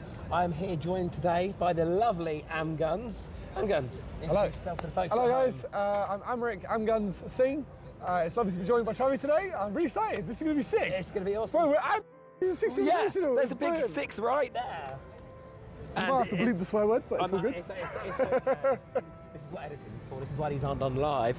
And Amguns, what is it you do in the Siege community? So I am now mainly a tournament organizer. So I am the head of what's called the R6 Community LAN. We've run 2 LANs successfully, which is really awesome. Check it out on Twitter, shameless plug. So I'm mainly a TO. I was a caster previously, but my main focus is now being a tournament organizer and running events for the casual community in Rainbow Six. Awesome, love the casual community. Obviously it's focused about the competitive today, but Siege is a community, spectrum across, right? You got from the very serious stuff going on inside the halls there to the casual stacks down the road in someone's apartment. Yes. You've got a variety of stuff there. Let's go right back to the start. When did you first get into Siege? So I got into Siege pretty much 10 years ago. 10 years, so right at the start. I've been there all the way from when the game officially released. For those that were around then, you'll remember the trailer on House, where they rappelled out of a helicopter, and from that moment I was sort of hooked. So I remember I've been through the good times and the bad. I remember being a kid, being like 14, 15, and being like, bro, this game looks sick. So I've been there pretty much since it came out. I can't say I'm an OG, those go to the guys that are around since the beta, but since the game came out, like officially, been playing the game ever since pretty much. And before you sort of stepped into this more sort of recent TO style role in the community, you did casting. I did, a lot of community casting. When did it evolve from just playing the game to getting into the competitive side of things? It's more in the last 3-4 years. So my first 5 years or so was spent on console, and it was always an ambition of mine to sort of try and get a PC, start playing competitively on PC. But then also by the time I made that a reality, once I started working, I managed to afford a PC, sort of life got in the way. I didn't really have time to commit to training with a team that often, so I thought, what else can I do in sort of the competitive space? And that's where casting came along. I remember, I think SI 24 LCQs were my first casting experience, and that was phenomenal. So I really loved casting ever since. So that's what sort of drew me into casting. It was sort of changing lifestyle.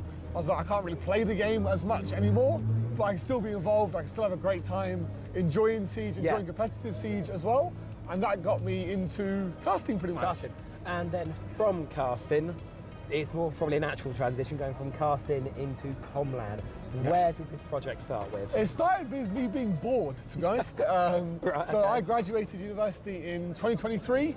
And during that downtime, obviously when I was job hunting, I was like, what can I do to keep myself busy? Because anybody will know if you're job hunting all the time. Just been there. Bro, it's horrible. Rough. So I was like, I need something to keep me busy, to sort of keep me active.